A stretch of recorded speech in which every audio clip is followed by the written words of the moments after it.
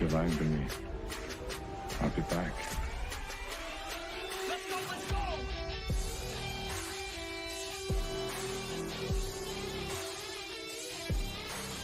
Whatever your name is, get ready for the big surprise. You're lying to me.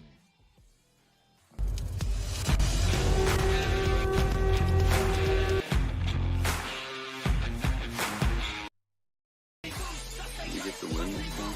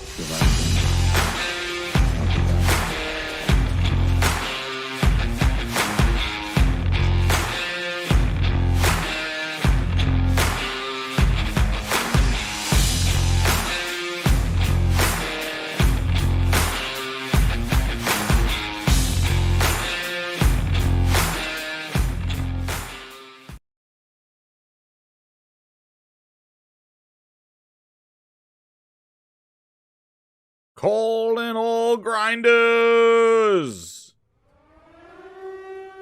Put up the grind signal. Calling all grinders. Here we are. It's a Tuesday. Yes, it is not our regular Monday night gaming Grindhouse. I put up the grind signal. Something was giving me an itch, giving me a twitch. I was having a twitch. I'm like, I gotta go. I don't have time. I gotta get on here. I gotta save my peace. There's things going on. I got that grinds my gears, the fire burning inside. So I put up the grind signal. Frogz was celebrating his PS5 victory. He jumped on. What's up, Frogz? How you doing? Doing pretty good, man. Just realized I never platinumed the damn. Astrobot. Yeah, Astrobot. Oh yeah, I didn't platinum that either. Yeah, I beat it. Well, the thing is, I beat it, and I was like, I thought I platinumed it because I got pretty far through it. Apparently, I just never platinumed it. Oh damn! Cool. I'm just just catching up. I'm like 80-something%. So I'm just like, just cleaning up now.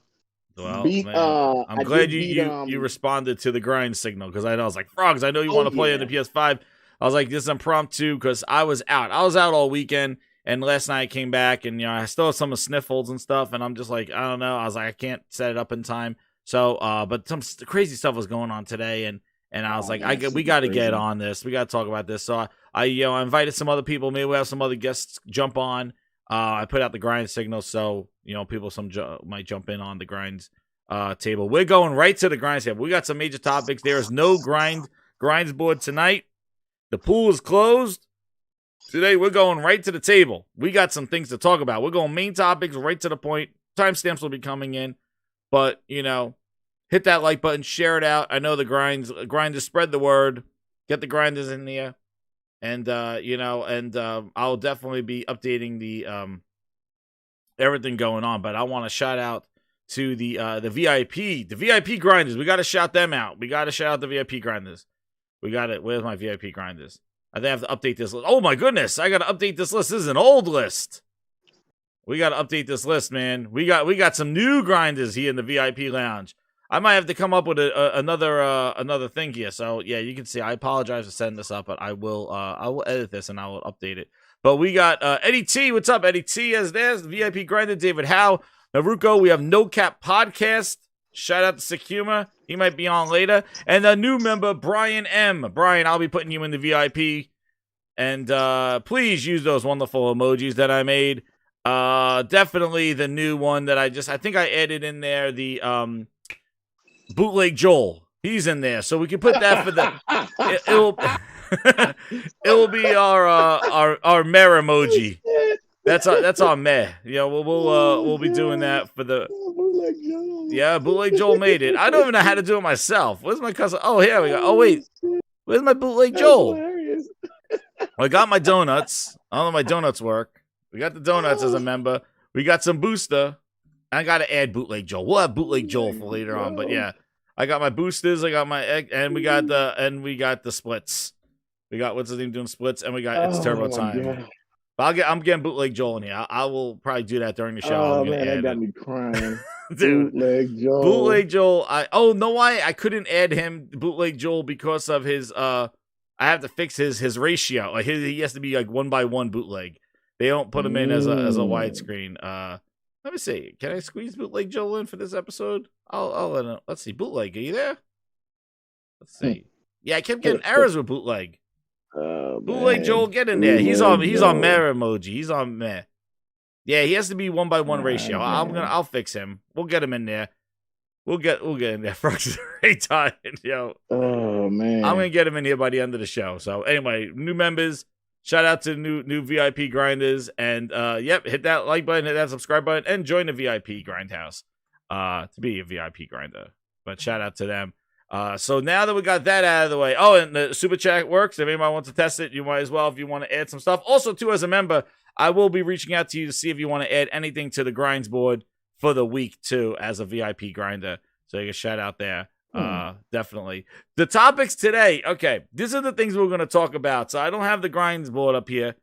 The first thing we're going to talk about is that community stuff, that the one that J-Dub hosted with the community going wild, that guy waving his piece around. And I don't like that, but I'm not going to show it or anything like that. We'll just talk about that discussion that went on in the Twitter Spaces today. And then the main thing that we really want to talk about, the main topic, is this whole article in Windows Central about Avowed. And about this, the games are not doing the talking, these insiders, and it's grinding my gears. Yeah, and our second topic after we talk about the community is going to be, we're going to talk a little bit about Metroid Dread. Yes, Frog wanted to talk about Metroid Dread. Yes, he will tell me more about that. Price tag. I don't get it. Yeah, Frog will tell me more about that because I was away when that stuff was going on. So those are the three main topics. We're going right to the table, and with that, we're going right to the grinds table. Let me get my sirens because this is going to be intense and wild. So these are the topics. There will be timestamps later on, everybody. But right now, we're going straight to the table. We got things to talk about.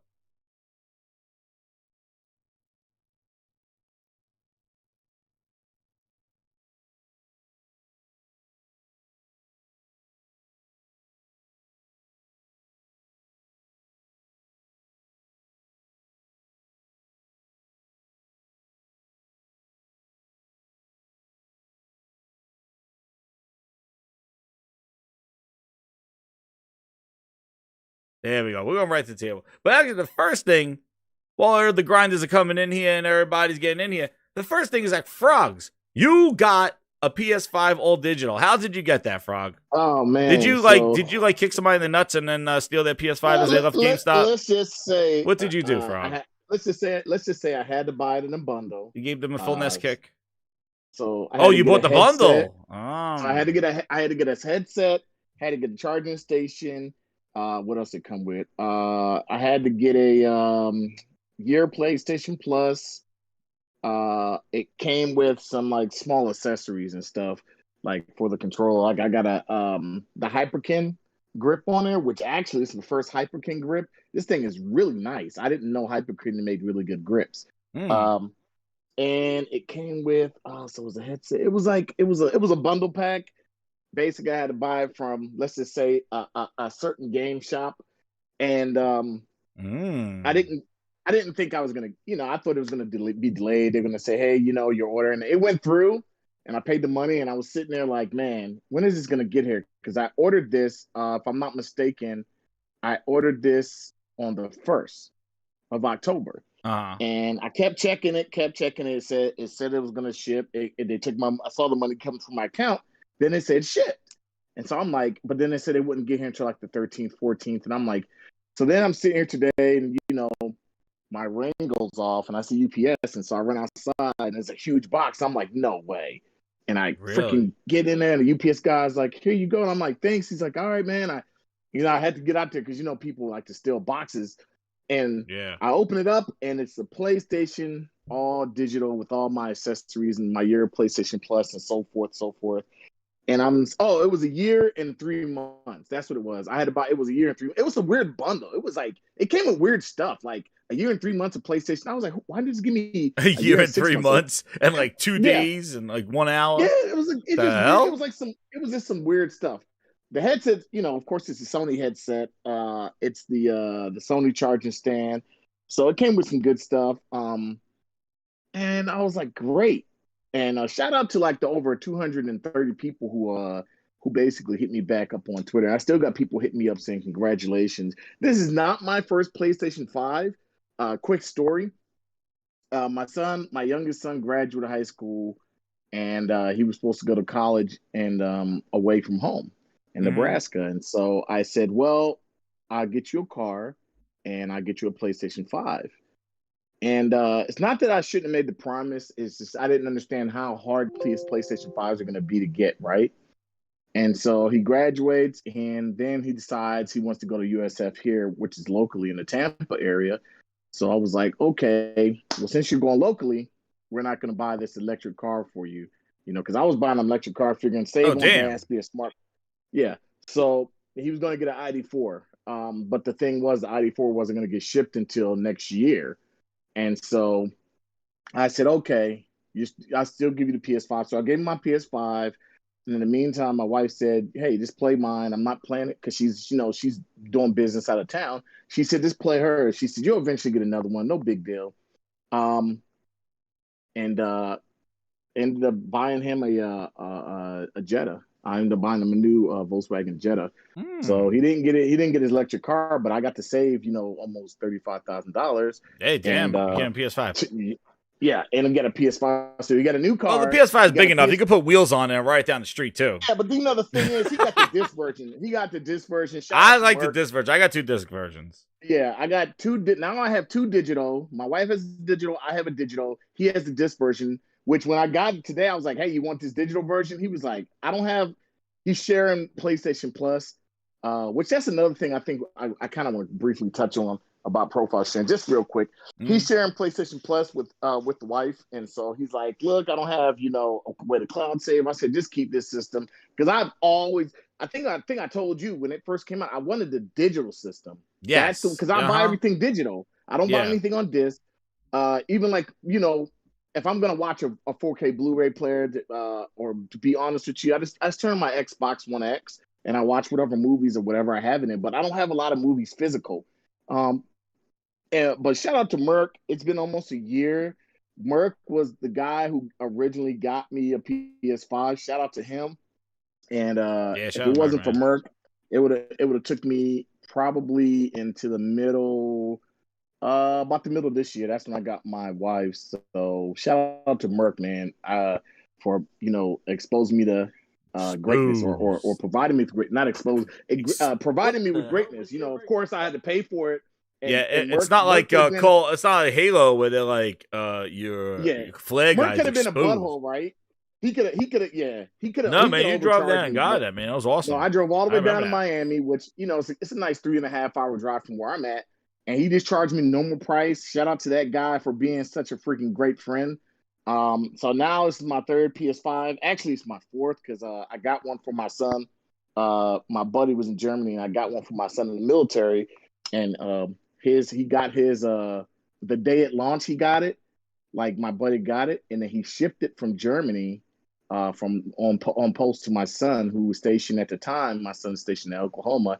Nice. My son didn't get that thing until almost February. Jeez, my God, we thought it was. Shit. We thought it got stolen in the mail, but it got held up in Chicago because apparently during the Christmas time in Chicago, they had a real big thing at the USPS office where people were stealing packages. So they fired. They fired like they said they fired like 75% of their people. It made the news. But shout out to Merck. Shout out to everybody that man. Give me Look, I'm gonna tell you one thing I've seen. Man, I've seen so much support, like people out there, man. Yeah, I've seen that, man, on Twitter. Yeah, man. Everybody. And I think I kind of wish that's how the community can be, regardless whether, because when I see somebody get the Xbox, when people are getting like the Halo edition Xbox One Series X's, I'm congratulating them because I want that's what I really wanted that thing. Yeah, I wanted that thing bad, and I can't find one, and I can find them on eBay. I even hit Phil Spencer up. I was like, look, man. These things are being scalped. They're overpriced. Like, are they going to come back on the shelves? And as soon as I said that, like a day or two later, they go freaking live at, I think, GameStop or I said I wouldn't say the name. They go live at a game store and they sell out. Bots get them. But a couple of people. I saw some of those bundles, man. I saw some of those bundles. You didn't get speaking of consoles before, and one thing I do after the console, I want to bring up something Lyrian brought up. You didn't get the OLED Switch, right? No, yeah, I was thinking about it, but the thing is, I was thinking about trading my Switch in because I got the Mario one, the red and blue one. Yeah, and I was thinking about trading in. I'm gonna tell you why. Is because like I heard you got like 260 for it or something like that, like 260. Yeah. The reason I was gonna trade it in is because my dock, I've had it since launch. My dock seems to be just having issues. Like my Switch works, but when I put it on my dock, sometimes it connects to my TV and sometimes it doesn't. And so I do think it's a defect either in the Switch. Somebody your Switch is not bulging. Pause. Oh damn. No. Somebody said Switch is not bulging. Somebody said it's not my dock. It's the connector port. Man, I'm gonna have to use our brand new emoji for the VIP grinders. We're gonna have to use the brand new emoji for your Switch, and it's failed. Bootleg Joel, welcome to the Gaming Grindhouse. Yes, the Bootleg Joel emoji is uploaded and working. Yeah, we got him. I really did want to get OLED. Bootleg Joel for Frogz crappy Switch. Mostly just because I just wanted to get a new Switch. But the thing is, I heard there's a big difference. That 5-inch, that 0.5 inches, and the OLED. You know what though? But if you hook it up to the TV, though, Frog, it's like, what's the matter? The OLED. I never played that thing portable, so that's why I was like, I can wait. And the thing is, like, I always play on my TV. And so I really didn't have a reason to get it other than my dock is acting weird. I called Nintendo up about it. Nintendo wanted to charge me $100. They wanted me to send my Switch and my dock in because they said they think it's not the dock. Get the $100. Get the hell out of here. $100 to fix the bottom. And then, you know what? This is not the first time I've seen this. So I'm like, I'm probably not going to buy another Switch at this point. I'll probably just, when it works, and I'll play it. I don't have time to, Nah, man. Nah, I'm not doing that. I didn't get it. I didn't get it. As I said, like for something that if you're gonna play like on like out of the dock, what's up, Hicks? How you doing? If you're gonna Game Night has a good bootleg Joe emoji. That was funny, God. Dude. But like I was saying is like the one of the things I wanted to talk about is I didn't get I'm not in the OLED. I'm interested in the Cruising USA, that cruising game that looks pretty damn cool. We'll get into the Metroid talk. I didn't. Yeah, I know they're smart with the OLED. Yeah, he's there. He got bootleg. He's working. Bootleg Joel. There he is. Somebody said trade it in for a GameCube. Dude, yeah, GameCube has some good ass games, man. That's some good ass games. I'm a little. The Switch. I don't know, man. My problem with the Switch is, and I'm gonna tell you the real problem with the Switch is. I think my problem is the Switch, and I know we'll get into the whole conversation with games. My main problem with the Switch, and it's been like this since Nintendo's released, I would say the Wii. They keep releasing underpowered consoles, because they can sell them so cheap, and if they make really a lot of profit. A lot of people say you don't make profit from console sales. Nintendo makes profit off console sales. Maybe not at the beginning, but in the long run, like the Wii, they threw that thing together with duct tape, and they made a lot of profit off that thing. Well, I think that Nintendo's biggest problem with the Switch is, I personally look at it. It's a handheld system you can play on your TV, but people keep saying it's, the fanboys, oh, it's a home console. It's not a home console. It's not even, people say it's a hybrid. It's a handheld system. You can play on your TV. It's the same I still thing. think it's designed poorly, man. That dock needs to have some power in it, and then you hook it up to your TV and boost it with booster. It's the same thing. Booster. It's the Booster same thing if you had a PlayStation Vita and you plug the Vita cable and you can plug it into your, it's the same damn thing. Like, this is a handheld system. Because you remember, I don't know if you remember this, when Nintendo was coming out with the Switch, people were asking them, they lied to them. I don't know if people remember, they lied. Is this system going to replace the Nintendo 3DS? Oh, no, yes. No, it's not. They're going to be some, They're going to be, guess what? Yeah. There's no more 3DS. They don't make dude on 3D. Yeah, this was the 3DS and the Wii U replacement. They killed two birds with one stone. They were like, hey, what about if we make a handheld we can hook to the TV? Yeah, but let's call it Switch, because it's switching up and it's real catchy and gimmicky. Nintendo's real good with gimmicks, but they make the worst consoles. Like I said, I'll try to sell you some cardboard bullshit, too. Dude, from the Wii until now, they've made some of the worst consoles. And not even just the worst consoles. They make bad decisions. Like the GameCube, mini disc, bad decision. Well, let's get into the one of the topics. Topic one. What's going on with this? One thing, before I get into that topic, I wanted to just say something to Lyrium. He said that he returned his 3D Pulse headset. You know what's interesting? I really liked my 3D Pulse headset, but I also have the Astra 7P. And I was thinking, the reason why I'm bringing that up is because today, I was thinking about, you know what? I think I might switch to the 7P as my primary headset, because the Sony headsets, I really like them. I think they give a little bit better 3D audio, but they are very uncomfortable to wear. Yeah, like after a while, they're like very clampy. The Steel Series, I used to before this, I used to wear them all day long, and those things were fine. Astros. The 3D or the 3D Pulse, like the cushions are very tight and they put pressure behind your ear, and like after a while, like you have a headache. I just been getting headaches from it, so I'm like, I think I'm gonna switch up to the Astro. I'm the kind of person like my hands get clammy sometimes, and like my back game room is a little hot. So sweating, right? You sweat with those things on, that thing is so because they're the cushions that they used are very very hard. Even though there's more cushion in the back, like in the rear part of the ear cup, it still puts pressure behind your ear. And but I do think that they sound great for the price of them. They do. They're incredible. But like for long sessions, like it's really like I was playing Kina, and after a while, I'm just like got a little nauseous. I was like, this thing is pretty high. They're pretty tight on my head. Well, it's tight. Yeah, the Onyx. I could wear those for a long time. And I do think that they have a little bit more powerful sound. But I like now with the EQ adjustments, you could do those on the 3D Pulse. But the Pulse for $100. They're the best headphones right now, but just for comfort-wise, I always had a problem with the Platinums, with the band on top of the head being rubber. Oh, my God. That rubber band on the top, those were uncomfortable. That is not comfortable. Yeah, they weren't comfortable. So they did better. That's why I like my Phil series, because you got that Velcro strap. So, the Pulse, they did a lot better with the headband. The problem is the clamping force, and the cushions are not very breathable, and they're very hard. So, I think I'm going to switch. I think I'm going to switch that up. But the 7Ps, I think, are really the best for $50 more if you can find those. Yeah. But for $100, those Pulse, you can't go wrong with those. But no, you can't really go wrong. Yeah. And they sound great. Both of them sound great. Amazing. 7Ps are great. And also, too, the 7Ps, you could hook them up to your phone. Battery life is awesome. Yes, they're much better than the Sony ones, yeah. And also, too, the 7Ps, you could hook up to your phone and also to the console at the same time. So you can listen to things, a podcast in your headset or music while you're playing a game. It doesn't shut off either one. So you can do wired and wireless with those. Very good. So anyway, cool. Back to so the topic we wanted to talk about. First, the one of the side pieces before we get into the community stuff, and then the main topic about the games. Mr. Phil GoodMan. Make me feel good. Oh man, we're gonna have some fun with that. Oh my god.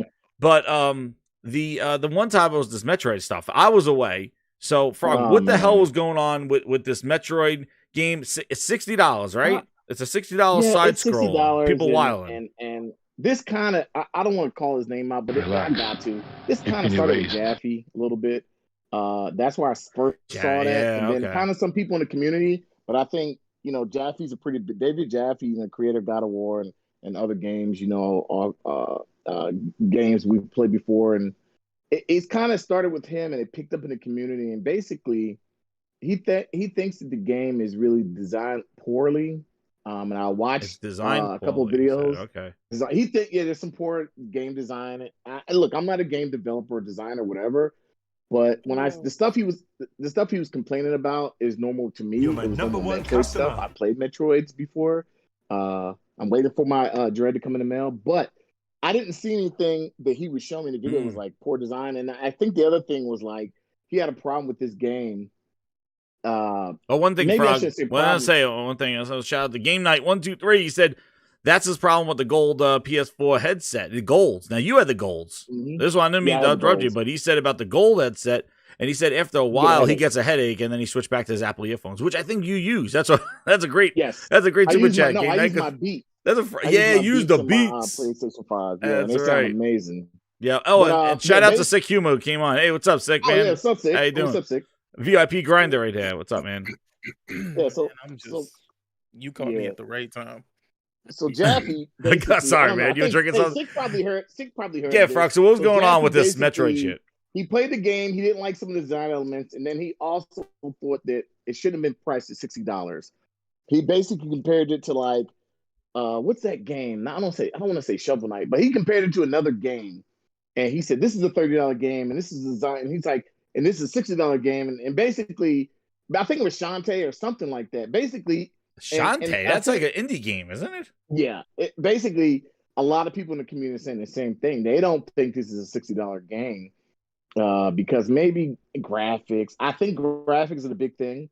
A lot of people are like, "Oh, it's just a power of gray and dull browns." And me personally, this is a first party IP, and do I have a problem with some of Nintendo pricing of some of their games? Yeah, like when they do like the Switch, the Skyward Sword HD, I had a problem with that.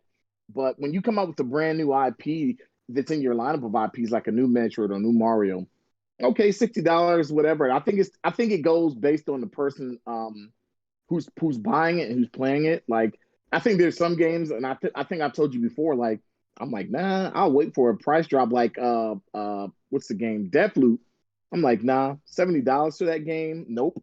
Now, did Jaffe complain that his Metroid is hard? Is that the reason why he was thinking like it's not worth? Yes. Like, are we equivalenting cost with difficulty? Like, is that the reason why? Well, because of the way it looks. Okay. That's why I didn't get. I didn't understand it all weekend. There were three things. It was hard to him, which he said was a turn on. Whatever. And like I said, I'm not paraphrasing him. He didn't exactly say exactly like this, but he said it was hard. He said it was poor to game design in a lot of ways. With the map, and because he went to a room, and he's like, "How the hell? Where am I supposed to go?" And he couldn't figure out. That's Metroidvania. And somebody's like, "Shoot the ceiling." He's like, "How would I know that? How would I know?" And I love David Jaffe, man, but some of the things he says, I don't always agree with him. I think Jaffe's an interesting fella, but the other thing was like, I guess you just made the list. Graphics and power of this. He just felt like this should have been like a $29 game, because I guess people are beating this game pretty quick, which I don't know, like. I think, there's some games when I look at price, I'm like, oh, I'm going to wait for a price drop.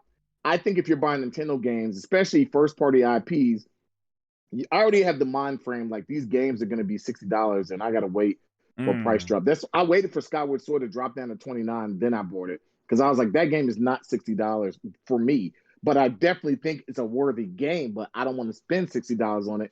But I guess, who am I to really tell somebody how to spend their money there again, like, Back 4 Blood. This money thing, well, I'm gonna say, I know Sick might have more in it. Yeah, I want to ask Sick about it. Yo, shout out to Tex-Mex Morty. Welcome to the VIP Grindhouse. You'll be chilling with Herman Holtz, Von Herman Holtz, splitting in the VIP Grindhouse. Thank you. Hey, give me a few minutes. I don't want you to leave this topic. All right, man. I really want to speak. Yes. No problem, man. Give me like 5 minutes. I'm gonna go on mute for like 5 minutes. No problem. But yeah, I want to get because again, I was down at water slides again over the weekend. And I didn't know what the hell was going on. But yeah, shout out to Tex-Mex Morty. I give you the Herman Holtz splits. Thank you very much. But yeah, the thing that this whole I tell you, I never heard this thing with the cost of these games and cost and the whining and complaining about $70, $60, $50. I'm gonna tell you problem number you. I say get it. I'm gonna tell you problem number one. Mm-hmm. Problem number one is that indie games thought they could charge more money. That's my problem. The baseline for indie games used to be $5, $10. Now, indie games are coming out at $25. And I'm not talking about the good ones, like Kena and stuff like that at $30 or $40, which is incredible for those games are. But like, there's some games. I think that was price. Dude, right. you look at even the Xbox One generation and the PS4 generation. There was some indie games there that they were starting at $20. You're like, who? Excuse who? Yeah. Like, it was like some of them were good. 8-bit kind of like weird ass, and you're like, wait, $20? Like, why all of a sudden did indie games just go like, yo, yeah, we're gonna start at 20 now. No more $5 and $10 games anymore. We're gonna start at 20. I remember what was that game? What the hell was it? I remember like what was it? Explosion Man. That was like a experience. I remember that. That was like $20. It was like, oh my god, that's a high quality indie game. It's $20. It started really cheap, like $4.99, and then it went to $20 for the second. Exactly. All of a sudden, yo, it's trying to. That's right. Those emojis are working, man. Tex-Mex Morty. Yep, it's turbo time, dude. Like the thing is like all of a sudden now we get some like friggin' like road builder, some bullshit for like $25. They're like, excuse me, you should be like 10. Let me ask you this question, because I know. Off video, we talk about this. There's certain games I am pretty sure that you look at and you're like, yeah, I can wait for a sale for that. And in your mind, you might be like, that's not worth the money they're charging. But you're not going to be like, you'll probably tell somebody, hey, just wait for a sale. But you have people who are really upset that these games are like $60 on Nintendo and $70 on PlayStation. And they're like, I don't want to say, like remember I said, Street Fighter was on Super Nintendo? It was like $80 back in the 90s. Dude. That must have been equivalent to like a $120 game, $150 game. Like, but I guess to the same people, what about the fact that Call of Duty for years has been over $100 because when you start talking about season passes and all that. Yeah, well, you want to add all that shit, yeah. That's what I mean. I guess people, when they're looking like, do I think Metroid's worth $60? I don't know. To me, it's a Metroid game. So in my mind, why are people questioning it though? Why are people? Is it because the way it looks or challenge? What is the question? I don't know what it is. I couldn't find it on the Twitter, or like I couldn't understand what the question was, because this is a Nintendo IP. Ubisoft games. Oh gee, wait my freaking sirens! Holy shit! You never go Ubisoft day one. Yo. Holy shit, I hit my friggin' Silent Hill sirens. Hold on. Holy shit. Right. Ubisoft games. Those, do never buy those at full price. Those always never go full Ubisoft. All right, get secure. Nope. What's up, man? Yeah. So what's the deal? Why are people flipping out about Metroid? Actually, I've heard a lot of people saying that, but I haven't seen it myself. Okay. Porter Rock said he doesn't agree with the price, but price is subjective. Because what it looks like? Like, is it because it's side scroll? Like, yeah, because it's a side scroller. Again, I personally don't understand it, and the reason why is because I'm a creator, right? Yeah. So because I'm a creator, I know that you can't tell me what I can sell my product for if I feel it's worth what you find value. Exactly. Yeah. So the Metroid name is huge. I mean, think about it. It's genre changing. That's where we got the term Metroidvania from Castlevania and Metroid. There you go. But regardless of that, forget the name and the popularity. Are you telling me if you add a little bit more graphics, now it's all of a sudden worth it? Nah, see, I don't go. Yeah, I don't think so. That's why I was so confused. I kind of agree with that. No, like it's Metroid. What I really don't understand. It's Metroid. To me, it's like this. If you decide to go out and buy Metroid, then you felt that it was worth spending your money on it. And apparently this Metroid has outsold the previous iterations of the game. Oh yeah, it's doing very well. Comfortably. So clearly you can't say that Nintendo is overcharging for it. Because there's a whole bunch of people out there that feel like it's worth it. It's like people with Apple phones, right? Me personally, I probably will never own like the latest Apple phone or product. I just don't see the value in it. But there's millions upon millions of other people who do see the value in buying these Apple phones. So who am I to say that they're overcharging? You got people going out of their way to pay for it, and they do it consistently. Mm-hmm. Same thing with this. Let me ask you a question, Sick, and because I've been thinking about this after I kind of saw this whole. I was thinking if Metroid, because the rumor once again, grain of salt, that the Prime series is supposed to come to Switch 1, 2, and 3. And I'm pretty sure if that does happen and it's $60, I'm pretty sure I'll buy it because I think the Prime series is amazing. But I don't think people will have as much of a problem as paying $60 for that versus just one Metroid game. And then is it because they see more value in that? There's 3 games versus this is just a new IP. You see what I'm saying? Oh, that's how they're going to justify the purchase of Grand Theft Auto trilogy. I myself, I'm gonna buy that. Well, I'm gonna buy it. I told you. I don't know what show I was on. I think on the Salty. That's just gonna be $60, $70. That thing. I know it. Yeah. I mean, but what's the difference between that and the new Metroid? Again, price is subjective. Yes. People go to the movies and spend $70 for 2 hours. That is true. Exactly. Just for an experience. You know what I'm saying? Like, again, I don't understand where this hyper focus came from. Of how much these games cost. I think you're putting yourself in this weird bubble, right?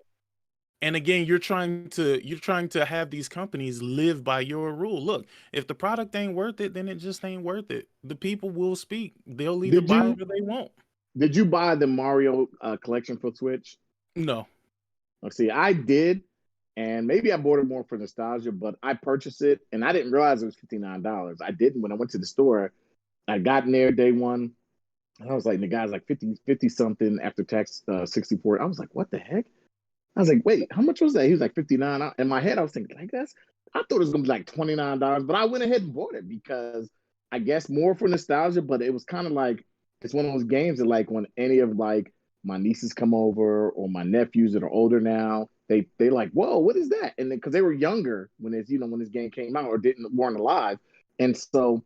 It's kind of one of those things that I kind of look at. Yeah, I do think it was a little overpriced, but I still purchased it because I kind of, in my eyes, I was like, well, there's 3 games on there and they're classic games. Why not? But I know a lot of people were pissed about that one too. Sick is right. Like you are putting yourself, and if you complain about it, you're putting yourself in a predicament because there's going to be something that you find that you want to play that you have no that, and you're gonna pay for it no matter what the price is. Like something's gonna come around eventually. You can't just be like I'm not and be a consumer like I'm not buying anything.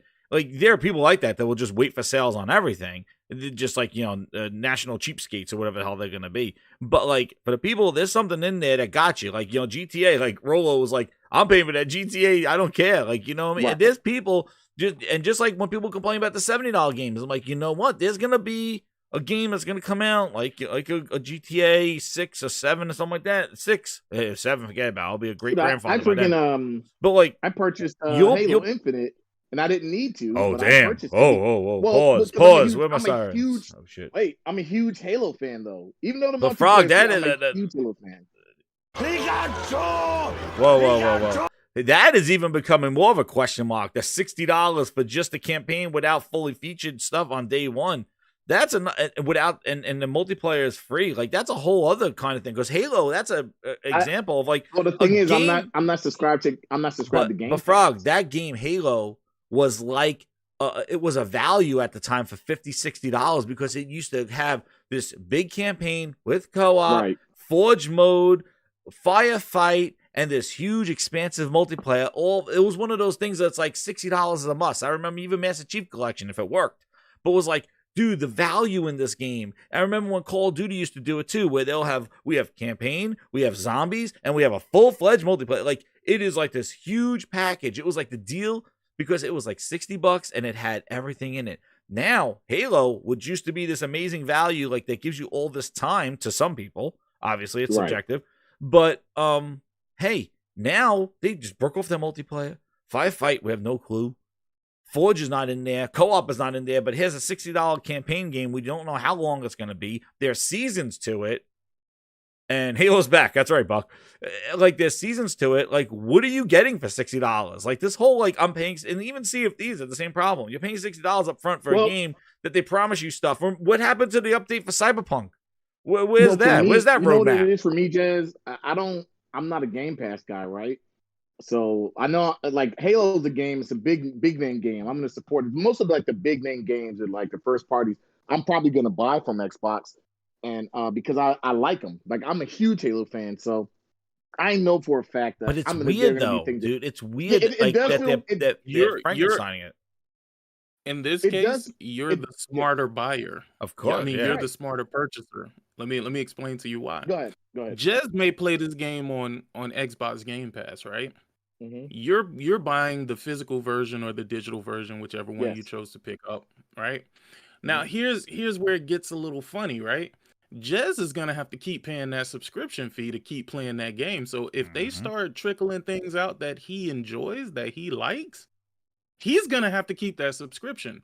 Whereas you've already paid for the game, so now you got your $60 worth and whatever comes in the future as well. Mm-hmm. Yeah, That's usually how I do it. actually, I'm I not a big find there's Game no, there's no right now. I'm just saying like the way Halo is kind of fragmented right now. Like right. I know what you mean. Like I think even Halo will be better. Like will they even drop that $60 price on it for what it's coming with? But like Sicker's right. Like that is the scenario that they kind of want. And there was another thing that came up today, and I saw a thing of it. It was Forza 5, where I don't know which edition do you get in Game Pass. Do you get the Ultimate Edition with all the DLC and expansion passes, or do you get the basic version? I'm very confused with that because there's like 4 editions. I said, it's very confusing because like when I renewed my Xbox Live because my Game Pass. Yeah, you did one through that thing. Yeah, it was. Let me tell you, it's the most difficult and frustrating thing when number one, there's no place where you can get Xbox Live Gold. So I went and got it from Best Buy, put the code in, and then it wouldn't let me play online. And every time I try to play online, it was like, you cannot play online. You must be an Xbox Live Gold member. And I was like, and it kept saying gold next to my name. But every time I went and clicked on the little thing, it would try to send me to the store to buy $1 of Game Pass. And I was like, I don't want Game Pass. And I was like, and I hit Phil, what's going on? Like, yeah, you got, and then it crashed my friggin', it crashed my One X. It crashed it and it had to reboot. Like it completely froze it. Then it rebooted to that little 4K chip, came back on, and then it worked. And I was like, what the hell is going on here? And this is not the first time that's happened. Ever since Game Pass has been around, I've been kind of doing the Xbox Live thing. I tried it for a little while. It was like, this is not for me because I kind of pick and choose what I buy anyway. I don't need hundreds and hundreds of games when I own the other competitor's console and the games that I really want to buy, I'm going to buy there anyway. Yeah. So I'm just going to buy your onesies and twosies. So for me spending $120, maybe a little bit more a year on maybe 1 or 2 or 3 games, to me, it doesn't matter, but it was so weird. And I know people in the chat, when I put that on Twitter, people were laughing. They were cracking up. It was like, this dude, they was like, it's not funny. We're not laughing at you. We're just laughing that they keep trying to make you subscribe to Game Pass. Well, text message Woody says Phil demands his $1, Frogz. It pissed me off, $1. man. It would not. It would dollar not, bill Phil. not, come man. collect it. Would him. not. Like, there's nowhere in the store that you can buy Xbox Live Gold anymore. And that kind of pisses me off. Well, they really try to pisses me get off. you. That you said it was still listing as $10, like still there $10 a month, which that happened to me when I was trying Xbox to Live play my Gold games is $10 a month, online. Right? It kept trying to tell me to do $10 for Xbox Live Gold, and I'm like, that means it's more than $60 a year. What the hell's going on here? I don't want to pay a month, but it's like, hey, here's Game Pass over for $1. Right? They overcharge you for Xbox Live monthly just so you can subscribe to. That's Game what, Pass. and that was the finesse they tried to pull in friggin' February. They tried to make it official, like get rid of the $60 a year, and they were already doing it on their dashboard. They just were officially saying we're not putting the cards in there. They don't want you to. They don't want that $60 a year. They want you to go into Game Pass. All they want Ultimate. you to do, Jez, they want you to do one or two things. They either want you to sign up for regular Game Pass or Game Pass Ultimate. One is $10 and then one is $14. They're like, oh, you might as well get Ultimate. It's a better deal. And I don't want that. I just want to, I want to play online, I want to have my Xbox Live for a year and onesies and twosies. Let me buy my games where I want. Don't try to make me subscribe to your service that I don't want. You know, I know, I think and that's the thing about the value. To me, like, you know, to me, gaming options, services right? to me just don't work for me. And I'm not going to say it's bad for somebody else. For me, it doesn't work. It just doesn't work. Yeah. Because Let me tell you go ahead. the awkward truth that a lot of people don't understand about these quote unquote services. I've always hated that word because you're acting like you're doing me a favor when you're not. Yeah. You're trying to do something that I didn't want you to do. Services they basically take away conveniences. Yes. They take away conveniences and then they charge you for it. Mhm. So basically the shit that's going on with Game Pass, that should have been demos. Oh, you want me to try this before I buy? Okay, make a demo. Make a demo. That's all. Yep. That's what it is. I mean, it's literally something that we're not asking for. Okay, let me give you another example that has nothing to do with gaming.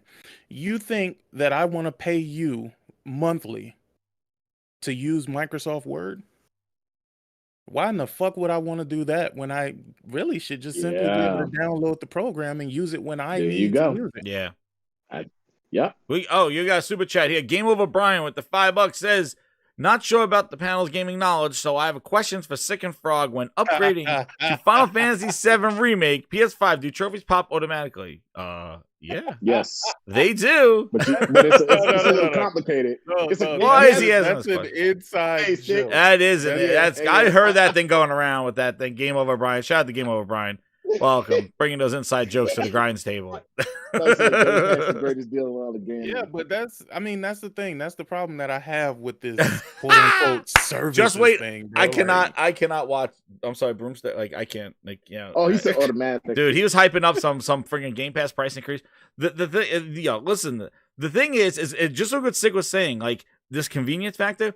Game Pass Ultimate reminds me of exactly what Comcast does with Triple Play. I don't want the phone. Ooh. I don't want a phone. Oh, but you get the phone. Yep. You know what? Let me do double play. Just give me my internet. Oh, well, then you're going to have to pay for your boxes individually for rent the box. But if you get the phone, then the boxes are included. And then we get HBO and you got, Playboy Channel and all. It's like, whoa, Playboy, what the fuck? Yeah, we get all the package, but I don't want the phone. Well, then you lose everything. You're paying a la carte for everything. And it's like the package deal, even though they get you for like $250 a month, it's more money if you just want less services because they know nobody wants the friggin' house phone. But they probably sell that to telemarketers. Dude, they probably sell that number to telemarketers and make some money on the back end. The fact that you got a home phone number. They probably take that number and go, hey, you go telemarketers. That's all I used to get on it. I'm like, I don't want it. You know what, Jez, you know what? I got a house phone and my house phone isn't connected because the only person that will call me is telemarketers. Exactly, because they are selling that number, probably getting money on their back end, filling their back pockets, and basically you are paying a better price. You're paying less money for getting the triple play than if you just got, I don't want the phone, just give me the two services that I use. You're going to pay now a la carte. They make that the deterrent. So this is exactly what Game Pass Ultimate is. It's like, yo, you'll get the fridge, you'll get the shoes, you'll get all this, you get all this. But if you just want to play online, oh shit, that's going to cost you. But I don't want all 250 games. I don't play these games. You're not releasing these games as quick that, for me to justify $15 a month. Let me just play online of the games that I own. Oh, well, that's going to cost you, sir. That's going to cost me more money than if I just subscribe to your sucker pass. Yeah, and that's the model. They're following the cable cell phone model. Hey, I just want one phone and unlimited calling. Well, that's going to be $200. Wait a second. But if you put on 3 phones, it's still going to be like, it'll be $150. But I'm like, I don't want 3 phones. Now you got paying leases on each of those phones. You wind up paying more money. Like they get you deeper into the service when you just like, if you just walk into like Verizon and go, I just want one phone, 200 minutes, a day and weekends, nights and weekends. They're going to be like, holy shit, that's like $400. And it's like, that's all I want though. But how about if we sell you 5 phones? You're my number one customer. With all these things, all these features. You got mobile hotspots. You got friggin' Netflix. I don't want 5 phones, but that's only $200. And it's just like, oh, Jesus. So, like, the thing that I need costs me more money, and you're giving me all this extra shit for less money. But meanwhile, that's what they're doing. That's why Game Pass Ultimate, it's like the kitchen sink. Here you go. Like, and it's just, it drives me crazy because it's so like of the schemy, sly, Phil Ness bullshit. What's up? Well balanced. What's this? Well balanced. Who wrote this? Well balanced. Holy shit. Well balanced. Nuts for $2. I didn't like Game Pass at first, but it's awesome. Hey, to each his own. Wait, Yeah, I dude. mean, I guess I really do have a real question to ask. You didn't like it at first. What made you like it now? What changed? Yeah, what your made I'm it going awesome? to use my wonderful emojis to show why Game Pass became awesome to him. You know, Phil dropped off the you know what's donuts funny? at the front step. There we go. You got Out a of box of donuts. all the games I've beat over 30, probably over 30 games this year, and I can say out of the 30 games that I beat, probably one was in Game Pass, and that was it. The rest, I purchased on my. Obviously, when I'm saying Game Pass, it was a multi-plat. So out of all the games I beat, and I played a lot of exclusives, but a lot of the games that I wanted to play weren't in Game Pass, and a lot of the shit in Game Pass I don't want to play, or I own it or have played it. Like a lot of stuff in Game Pass, I own. Like if you had a 360 or you own anything in the 360 era, or even some of the popular Xbox One games, there's really no reason for Game Pass. Just buy your onesies and twosies. I guess to some people maybe they're just like, I'm not buying this shit, and that's why Game Pass is created, because they're not buying their first party titles on that console or whatever. I mean, I would think that. I mean, that's just in my opinion. I don't know. Like the thing is like for the whole this whole like money and value stuff. I just feel that we went from the Metroid thing where a single game and the cost of that $60, $50, because I think people use that to try to make Game Pass look better, going, look at all these $60 games, I'm getting them in this Game Pass service. And it's like, but what about the ones you're not getting? You know, you're still gonna have to pay for that service to kind of get the stuff that Phil tells you what you're gonna play. And then you're gonna have to buy other things. So basically you're gonna have to spend the $50 and $60. You got to buy Call of Duty. You got to buy Battlefield. Right. You're going to have to buy GTA. You're going to have to buy the trilogy. You had to buy Mass Effect. You had to buy like that. Those games weren't in Game Pass. So like now you got to look at Game Pass and go, well, I'm paying for like the supplemental games, but I'm still buying other games. Or the people that just don't care are just like, hey, let me turn on this Xbox and just see what's in here. Those are the people who Game Pass is for. But like you're trying to tell somebody who is used to a console gamer, who's used to buying games, who's used to kind of getting games and you're buying them as they come out, tell them, don't buy them, subscribe, and we'll tell you what to play. You know, imagine if you, like, it's almost, and what's incredible is that it's almost the opposite of what TV has done. TV has said, I turn on Channel 5 and you tell me what shows I see at prime time. Whatever. Now I'm sitting in front of my TV at 8 o'clock at night. This is the show that I got to watch because this is the show that you're telling me is on prime time. Now we go, you know what? I'm sitting in front of my TV at 1 o'clock in the afternoon. Guess what? I'm watching primetime TV right now because it's on-demand programming of what I want to see. Whereas gaming, they're trying to flip this around with Game Pass going, we'll tell you when, where, how long, what edition we're going to give you. But then it goes from this on demand of gaming, which it was like my time on gaming is this, to now like who just turns on their console going, I have a couple of hours, and then you spend 15, 20 minutes going through like, well, I don't want to play this. And you just wasted a half hour trying to figure out what you're going to play, sorting through all this 250 game option. You know, and no, just look at it for what it is. Look, take Netflix as an number example, one customer. Bro. I personally don't use Netflix like that. You know what I mean? Every now and then, like what made me subscribe this month was the Dave Chappelle that shit was comedy good. stand-up. Yeah, it's amazing. I saw it today. And I also wanted to see Squid Games. But I canceled it right after I watched both of those. You know what I'm saying? Like there's hundreds of movies, maybe even thousands at this point, that you're not going to watch, that I'm never going to look at. So I'm not just going to keep paying to have access to something. The $18 that I spent, I feel I got what I wanted, and that was the Dave Chappelle stand-up and the Squid Games. There you go. Right. And you got what you wanted. And that, you know what's funny is that's how I've been utilizing Game Pass. Like something comes up, I'll just subscribe, I'll play what I want to play, and then jump off because I don't need to consistently subscribe month after month, which I think we really yet to see like Game Pass, people really using Game Pass the way it's intended by paying that monthly price, because I think a lot of people right now are in this like stacked deal where they use their Xbox Live for $60 and subscribe for 3 years of Game Pass. Like they kind of just have it in the background. But wait till they start seeing their bill when that whole promotion ends. And that's probably when Microsoft games, and we'll talk about that, will start coming out, because that's why they're timing it, right?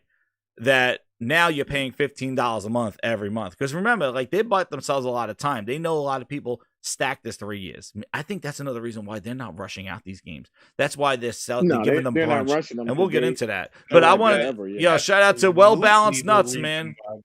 Well Balanced Nuts with $2. He says, my kids love it and my wallet loves it. All right. Hey, man, for the kids. Anything's for the kids, I guess. You know what? Here's what I'll say, man. If you like people making decisions on what you play, then cool. I mean, but blaming it on the kids, that's bullshit. These kids only play Roblox, Fortnite, Rocket Minecraft, League, and shit like that.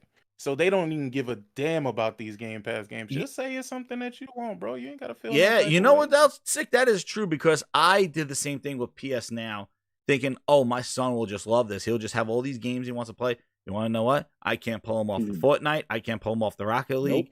It's a community thing. The kids come off of school, and it's like the community playground. Like everybody gets in there, they chat, they talk about the day and all. It's a social thing. And like, if I say, hey, you know what? The Lego games are now on PlayStation Now, I'm like, oh, I'm not playing this stuff. Like, you know, and the thing is that, but the thing, PlayStation Now is like $44 a year. I get it on sale. Like, it is not $180 like what they want you to spend. Like, you know what I mean? It is the price of a friggin' a game on sale that you get the PS Now. Like, but if PlayStation Now was like $180 or $15 a month, it used to be $20 a month back when they were putting just PS3 games in there. I didn't buy that shit. That's expensive. I've said this before.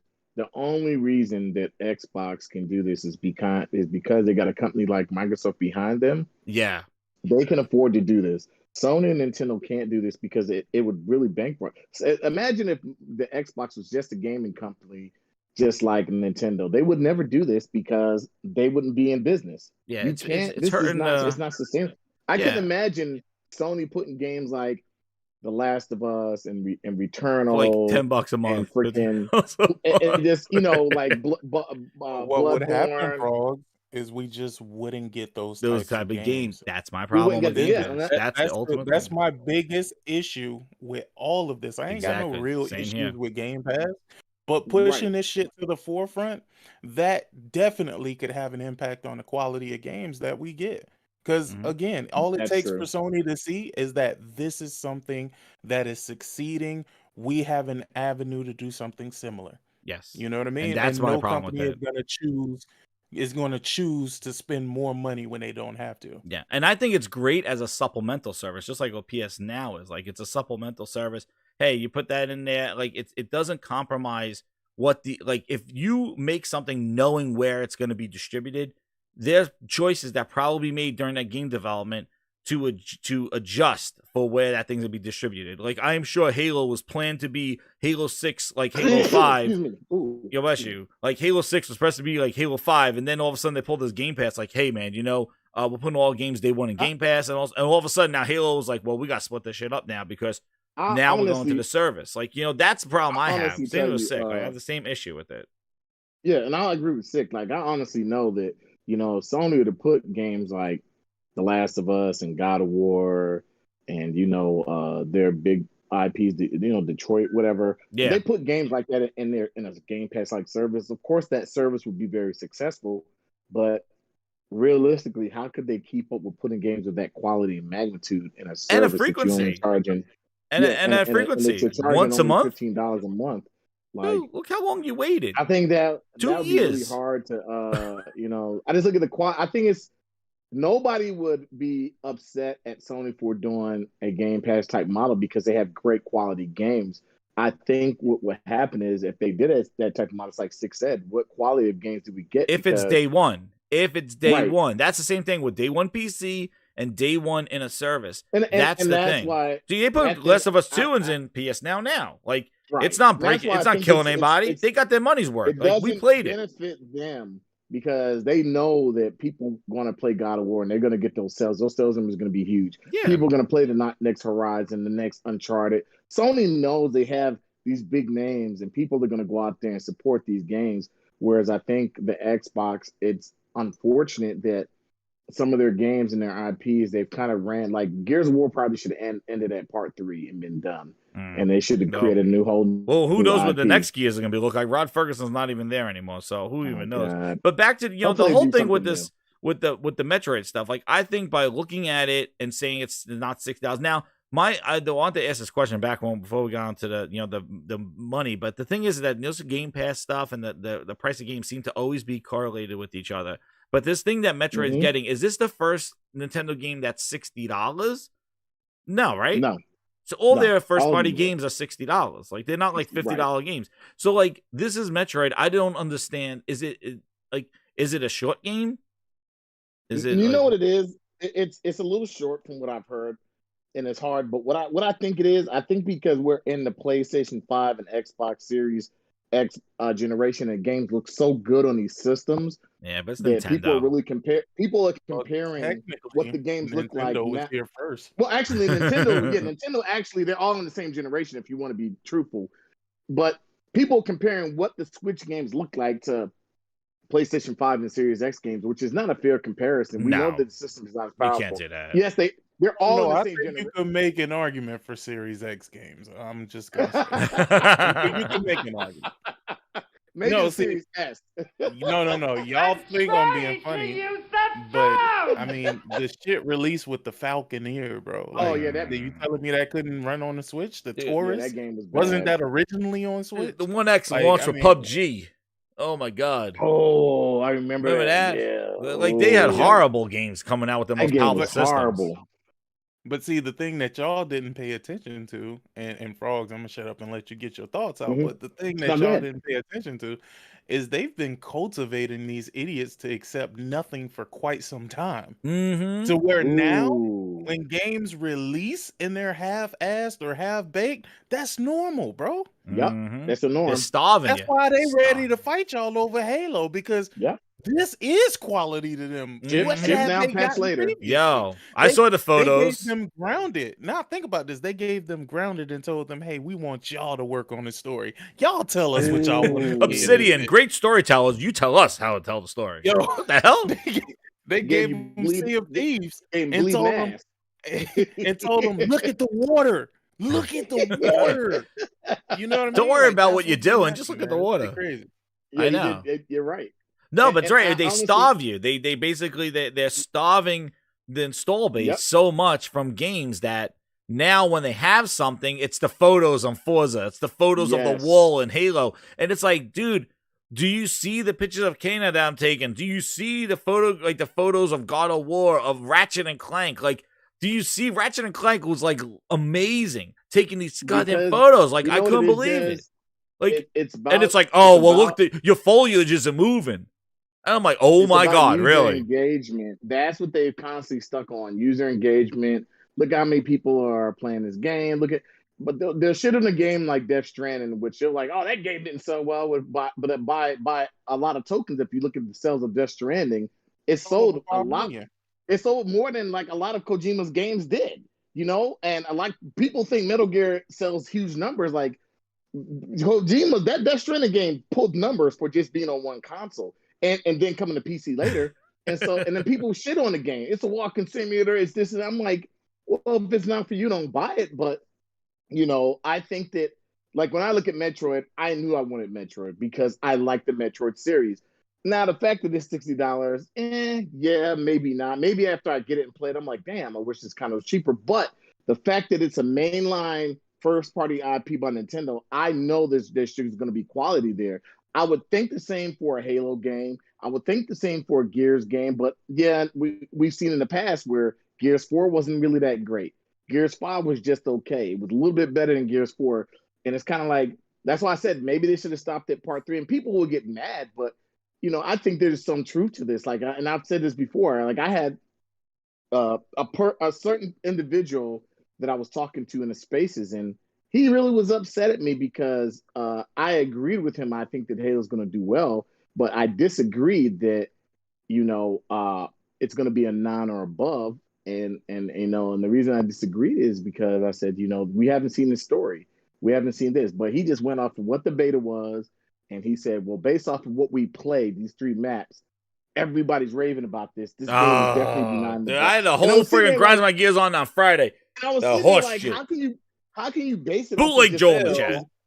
And then my whole thing, and I just didn't get it. I didn't get that guy's his point of view, because it's his whole thing was like, oh well, reviewers are gonna come out and the IGNs in the game, they're gonna come out and they're gonna blow reviews. And I said, who's gonna make? I said, this is what I said to him. I said, who's gonna make or break that game? The community is gonna make or break that game. It doesn't matter what that game scores, because if the community doesn't like it and it gets a bad rep from the community, it doesn't matter if that game comes out and gets 8.8. If the community says this game is not what Halo is, that game is not going to be as successful as you think it is. But for him to think that game is going to get a 9 or above, I was like, based off of what? He was like 3 maps. Yeah, I don't know. Where you are very, very wrong, Frogz. Go ahead. But you don't understand, Frogz, and this is why, I always say, let's put on our tinfoil hats, people. All right. But no, realistically, donut hats. Microsoft has positioned themselves very well. They've positioned themselves very well. They have, oh my gosh, the outlets that actually do reviews for them. Oh yeah, they got them in their pocket. Yeah. So this game is going to review well. Doesn't matter if it's good or not. No, that's a whole other topic. But you really think this is going to review well? Because remember, it's just a campaign, though. I think it is. Listen, I will be absolutely surprised if it isn't. You guys aren't paying attention. All right. Put your antennas up, Jess. No, you know what? Look at what's going on around you. Oh, brother. those donuts, man. You know the donut order. Sick Human knows the donut order. He knew that they're making those donuts right now to send out to all those guys. At the end of the day, when it's all said and done, you think it's going to be a 9 or higher on Metacritic? Absolutely. Wow. They're trying to listen. They're trying to protect this brand by any means necessary, bro. Wow.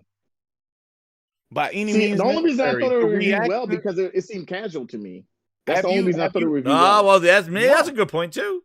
They're casual. People like that. Listen, it is very casual, but that is not why it's reviewing well. It's reviewing well because people were told to make sure this shit reviews well. Dude. Y'all didn't see all the dummy fucking tweets that all go out simultaneously, bro, and they all seem to have the same goddamn wording. The PR card went around. They're like, "Hey, say these lines." Y'all are not paying attention, bro. Damn, and that's why y'all get surprised by what actually happens, bro. Goddamn and then you got to realize Microsoft invested a lot in streamers just because what's that shit called? Mixer? The streaming service they had. Mixer. Just because Mixer is going, right? Y'all got to pay attention. The people who were paid by Mixer are still capping for these fucking Xbox So games. let me ask you a question, Sick. In your theory, you think that's why Deathloop scored so high from certain Hold review? on. Let me tell you why I think Deathloop scored high. Deathloop scored high because they needed it to score high.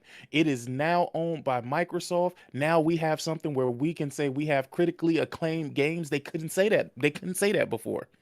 You got IGN giving this shit a solid 10, boy. Dude, I don't know what they were smoking. That surprised me. Yo, the last time you saw some shit like that was when that busted ass Xbox One X came out and them niggas reviewed fucking the game you was just talking about earlier. PUBG game.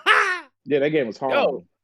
Yo, and hold on. But look at how they went back and re-reviewed Sea of Thieves. Oh yes, they did. Who the fuck does that? Oh, Ori too? Never thought about that. Oh, when have you heard of a developer reaching out to reviewers like, yo, change your score, my nigga? Oh yeah, they did do that. Ori did do that. Uh-huh. Y'all ain't paying attention, bro. Yeah. Listen, they building something, but y'all watching what's right in front of you, dog. The build up is great. The build up is great. You know what? But it's not doing anything though. Like it's not moving the needle. That's the thing. It's doing exactly what is it doing? It's keeping doing what? They're paying off people, but it's not yielding We what can they have mean. conversations that have fuck all to do about Xbox, and somehow Right. that bitch always creep its way up It into the does. conversation. That is true. Dude, they're the house That fly is that true. won't die. They are. They're just they're buzzing around all over the place. It's like, I really thought about that. That actually well, makes that's a the lot thing. of Like sense when I think even about like it. friggin' Jim Ryan saying that shit. Like, oh my god, this whole like, oh yeah, he wants everything on PC day one. Where do you pull day one out your ass from? He just says he wants more people to play his games. That doesn't mean he's releasing his shit day one on everything.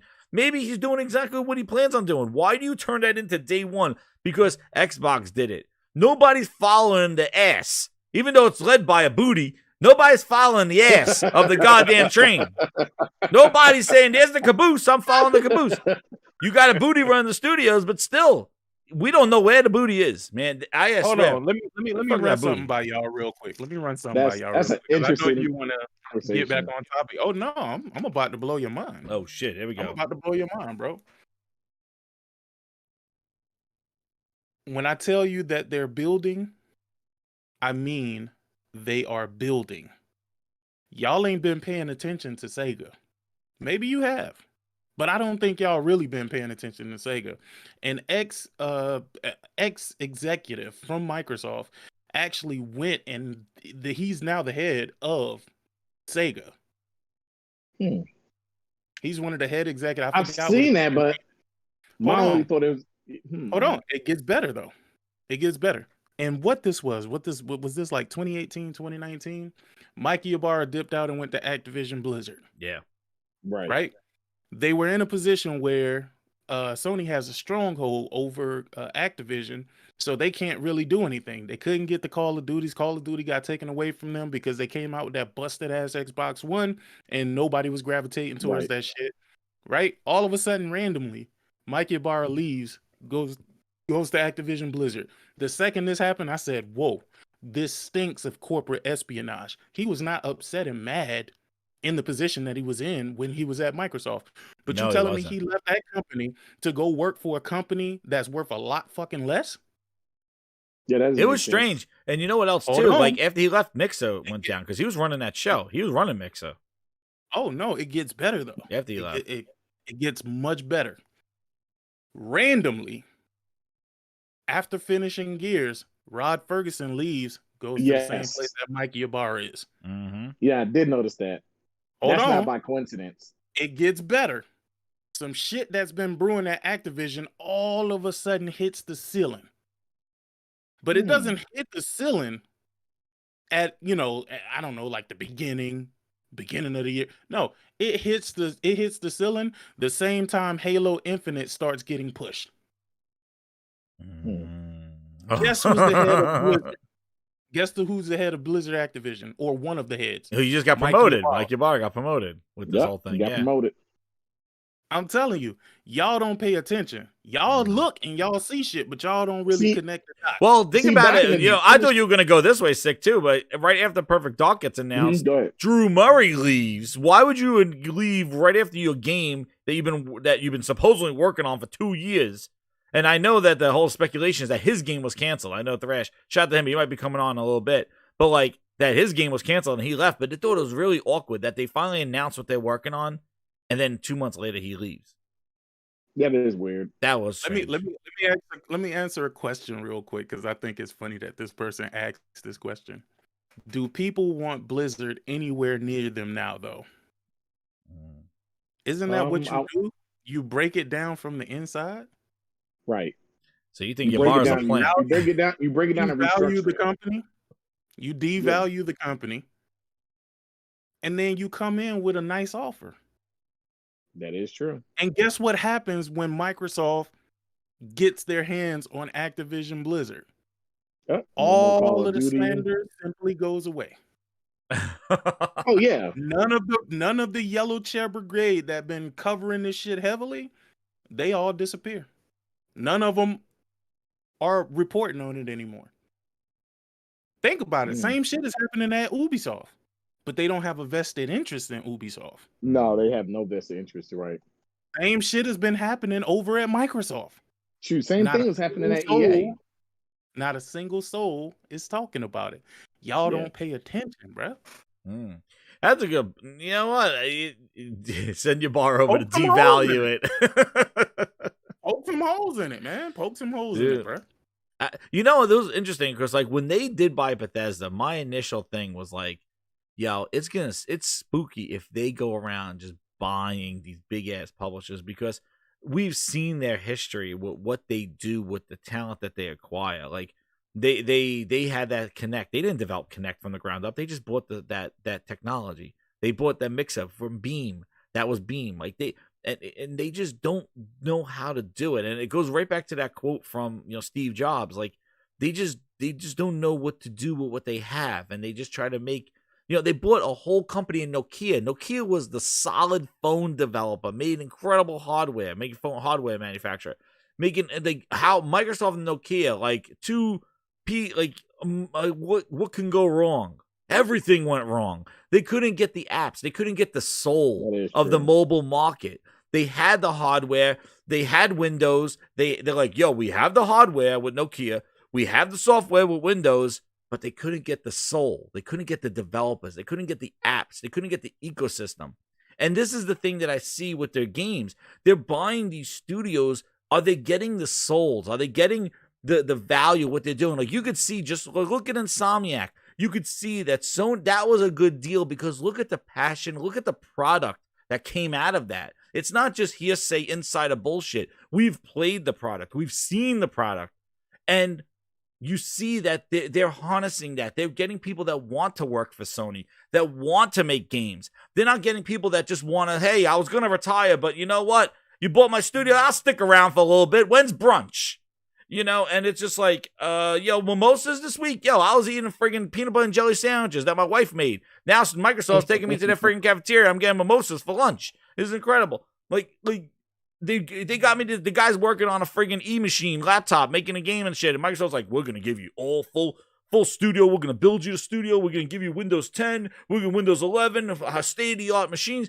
The guy's like, I was working in a dungeon before in Exile. He's like, I was working on some bullshit on a laptop. Like, they're basically whining and dining these guys that will like have one foot out the door, or they were just struggling. And are they getting the passion? The passion project. We've seen Bleeding Ass. That was a passion project. Gone. No support.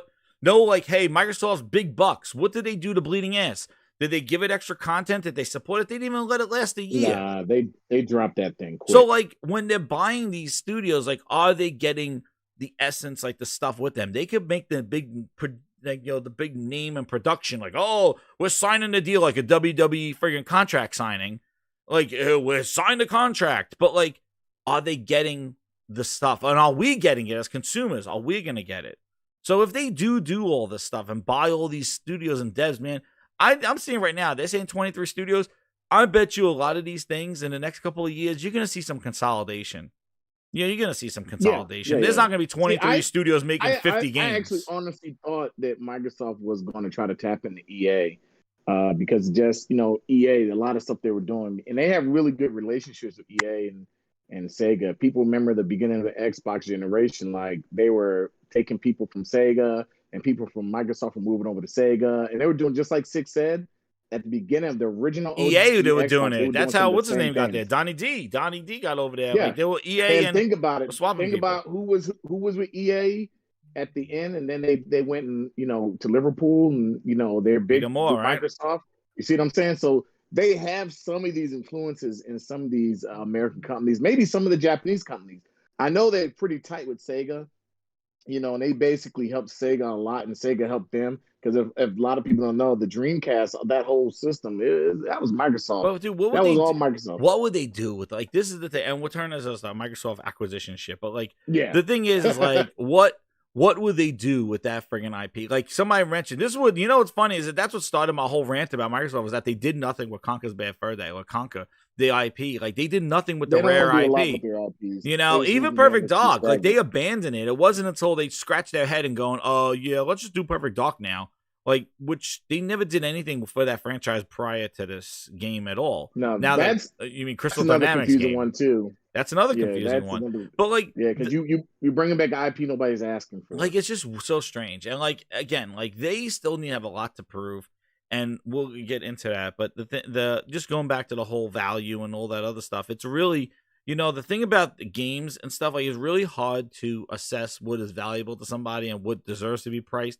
I do think there's sometimes there are things that are overpriced, and also too, Nintendo just does what they do, and I think it's, you can get an idea that maybe that's not $60 to you or $70 to you, so then you wait for sale on that stuff. But you shouldn't be shameful of people that are willing to spend that, because there's gonna come your time when there's something that you're gonna spend money on, and that you think that that's valuable to you. Oh, I'll pay $100 for that. I'll pay $80. I'll buy the Ultimate Edition. What? My favorite franchise is coming back? I'll buying the $170 version of it. And, people will be like, well, that's not worth $100. Well, the thing, that's what I want. That's the mentality, Jazz. You can't shame people now, for spending money. Now is like that now because of Game Pass. It's going to come around, man. Because I've for instance, like when I was saying I was buying Halo, I was excited, and people were like, why don't you use Game Pass? And I was like, but I don't want Game Pass. Like, there's no reason for me. Like, I don't want to subscribe to it. Like, I just want to buy this one game and Ford's at the end of the year, and I'm happy. They're like, well, if you had Game Pass, it's cheaper that way. And I'm like, but I'm just gonna buy these games. And my whole thing, my mentality is like, I'm not invested in a service. Like, I tried PS Now. I thought it was good for what it is.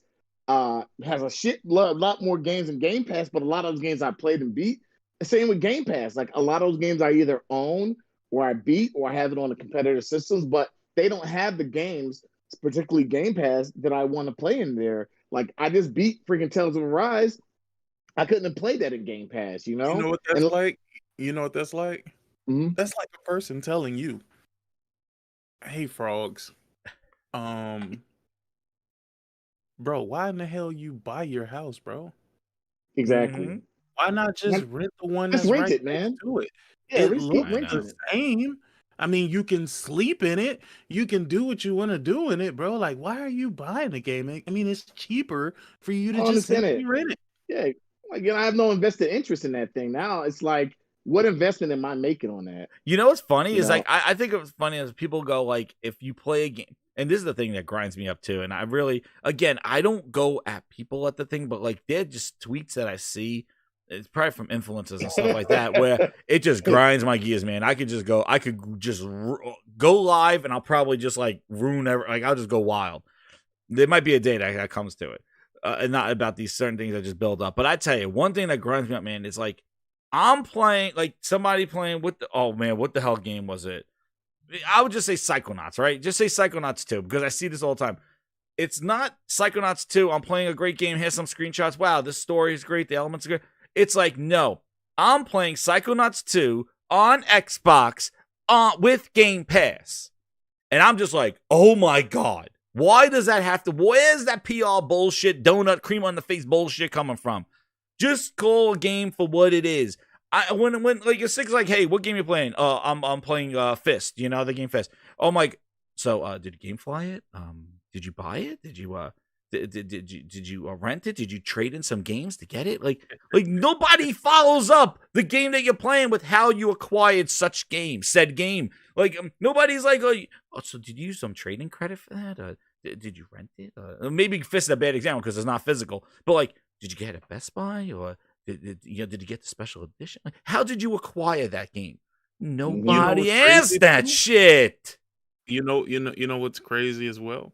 Every time you ask a person with Game Pass what they're playing on Game Pass, it's almost like you ask them when they're going to be able to make $1 million, because they never have an answer for it. No, they just like Game Pass. And it's just like this general statement. It's like, well, what are you playing on Game Pass? Oh, games. Like, and nobody, you would think with all these games, Xbox, #Xbox share, whatever the hell they have, it will be flooding the market of Twitter of all screenshots of all these 200 and 300 games that are accessible to these people right now, these Game Pass subscribers. The screenshots, the discoveries, the stories, all this stuff will be flooding the internet. Instead, all you see is Game Pass is great, best value in gaming.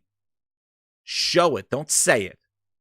Like, when I'm playing Kenna stuff, I'm shooting screenshots. I'm not going like, yeah, I got Kenna. You know how I got Kenna? So I have Sony PlayStation points. I traded in my points and I got a card, and I was able to cash in that card to buy Kenna.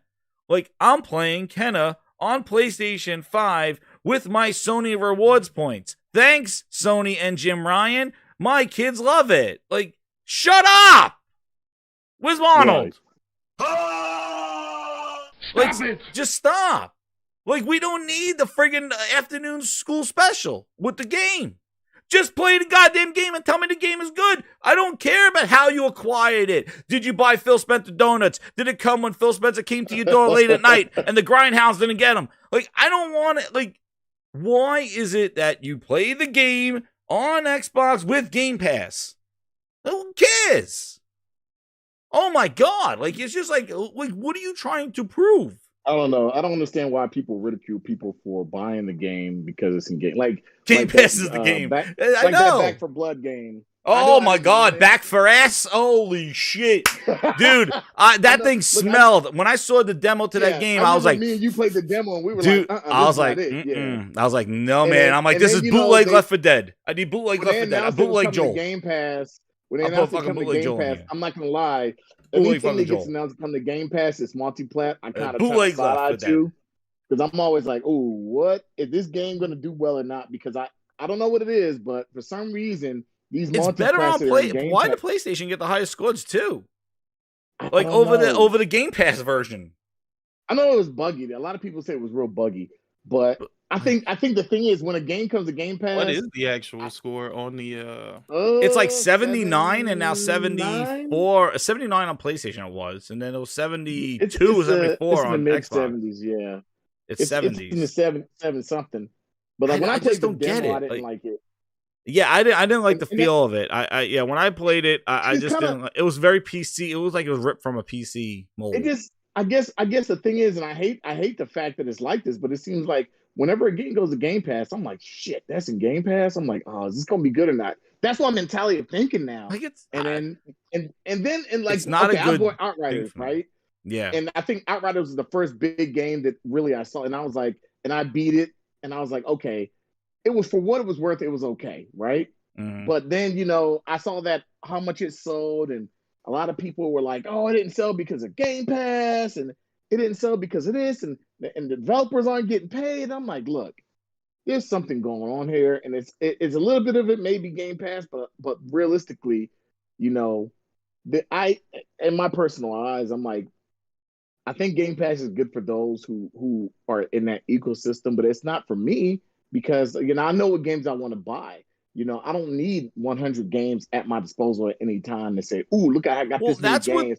What that other guy was saying, right? The guy from the guy from was a Rockstar was like, yeah, the consumption of games is different than movies. Like you'll binge watch 8 episodes of a miniseries, but for games, you don't need 250 games at one time. You will just play like 2 or 3 games for the month, and 40 hours or 30 hours in each. Like that's what you would do. That's why when somebody's like, I just buy the games I want to play, you assess the games, you buy them, like you're going to spend 12, 24 hours and playing those games. That's going to be till the next one comes out, right?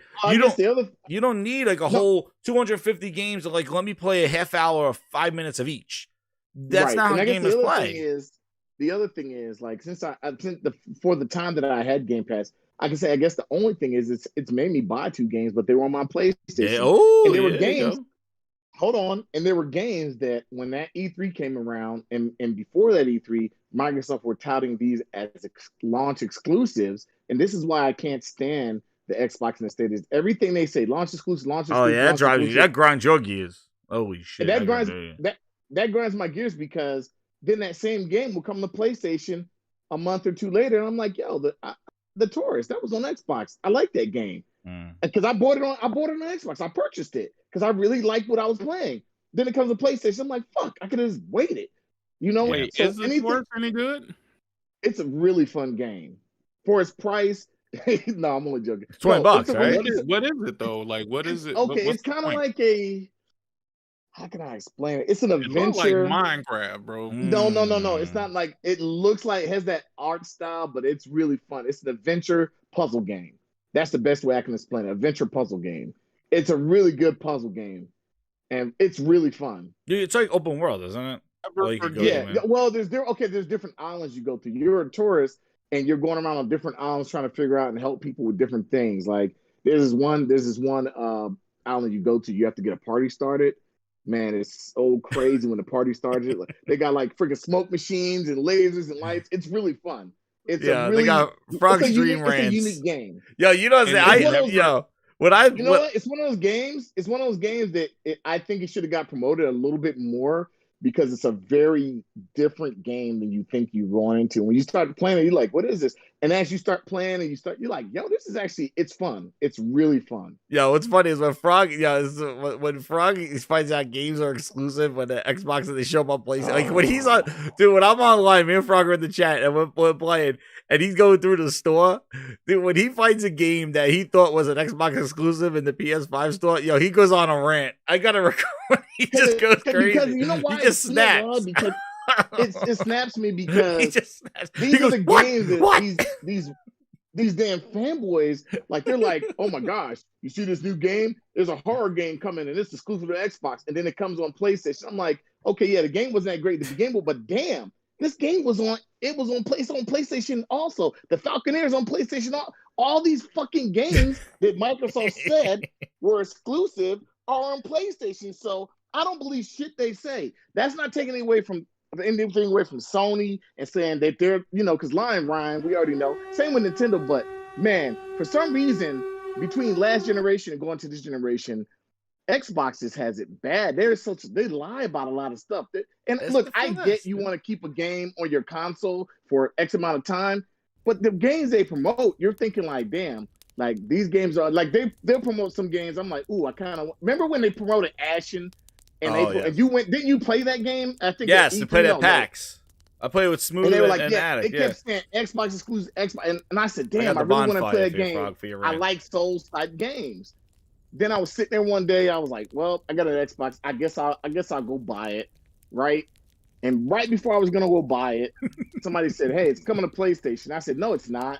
They said it was an Xbox exclusive. They said, hey, you need to go check their website. Go to their website. And they asked the guy, hey, is this coming to the consoles? He said, well, we have no time. We're not going to mention anything right at this point. Right then and there when he said that, I was like, yeah, this is coming to PlayStation. And I fucking waited. And a couple of months later, it was on PlayStation. I bought it. I was like, get the fuck out of here. Like, why do you guys, like, you could tell what's exclusive on PlayStation for the most part. You could tell it's exclusive to Nintendo. With Microsoft, like I said, I wouldn't be surprised if the Halo multiplayer portion comes to PlayStation. Because at this point, so. Microsoft doesn't know what the fuck they want to put on that console. I just think they've been confused from last generation with how they open and going into this generation with bad names again for consoles. You figure they want to get away from that whole Xbox One moniker, and then you name your system Xbox Series X and Series S. People are gonna think it's Xbox One, you dumbasses. Like, it's still too close to that Xbox One S, Xbox One X. Like, you should have went completely with a different name, and they didn't, and they constantly fuck up.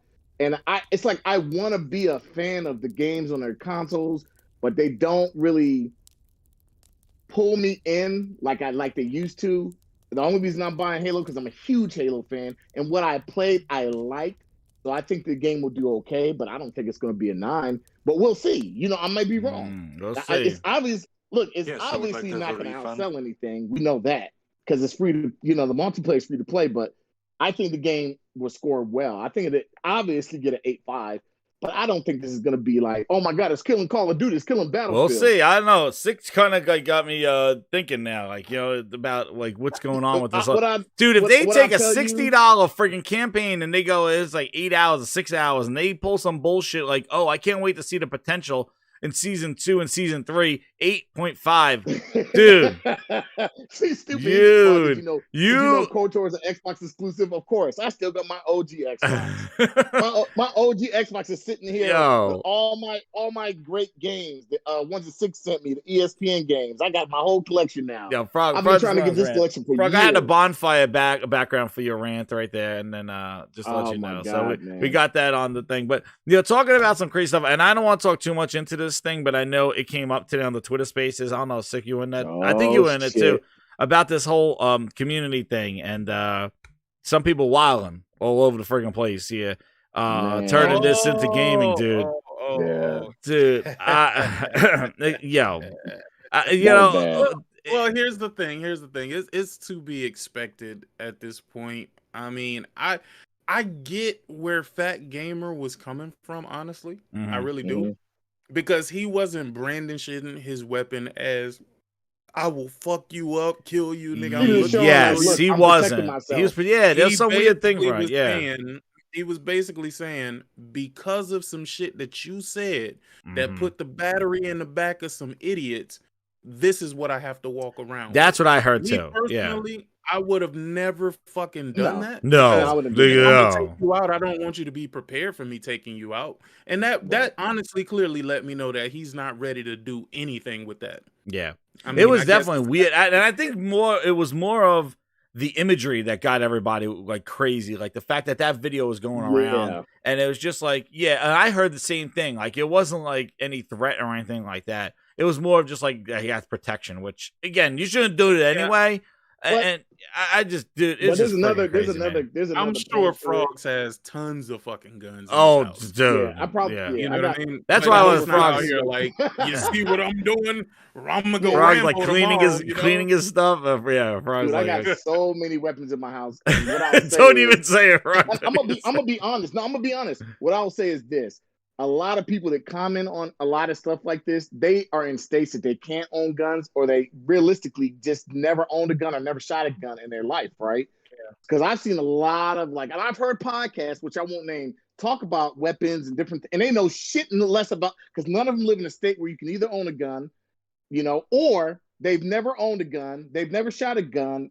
I'm not going to say they're anti-gun. They don't know gun culture. They're not around it. They don't understand. So they make some bad assumptions about things. But look, if you from Virginia all the way down and around to basically Mexico, you know about guns. If you lived in that state quite enough, if you got military background, you know about guns. And I'm not going to say this is, what I'll say is, I think that he shouldn't have probably did a video like that. And it definitely wasn't an airsoft gun. If you heard the way he put that weapon down on the table, that was a real weapon. That wasn't airsoft. People keep saying that. Definitely wasn't airsoft. What I'll say is, he probably shouldn't have did it like that. Of course he had not. a Codex.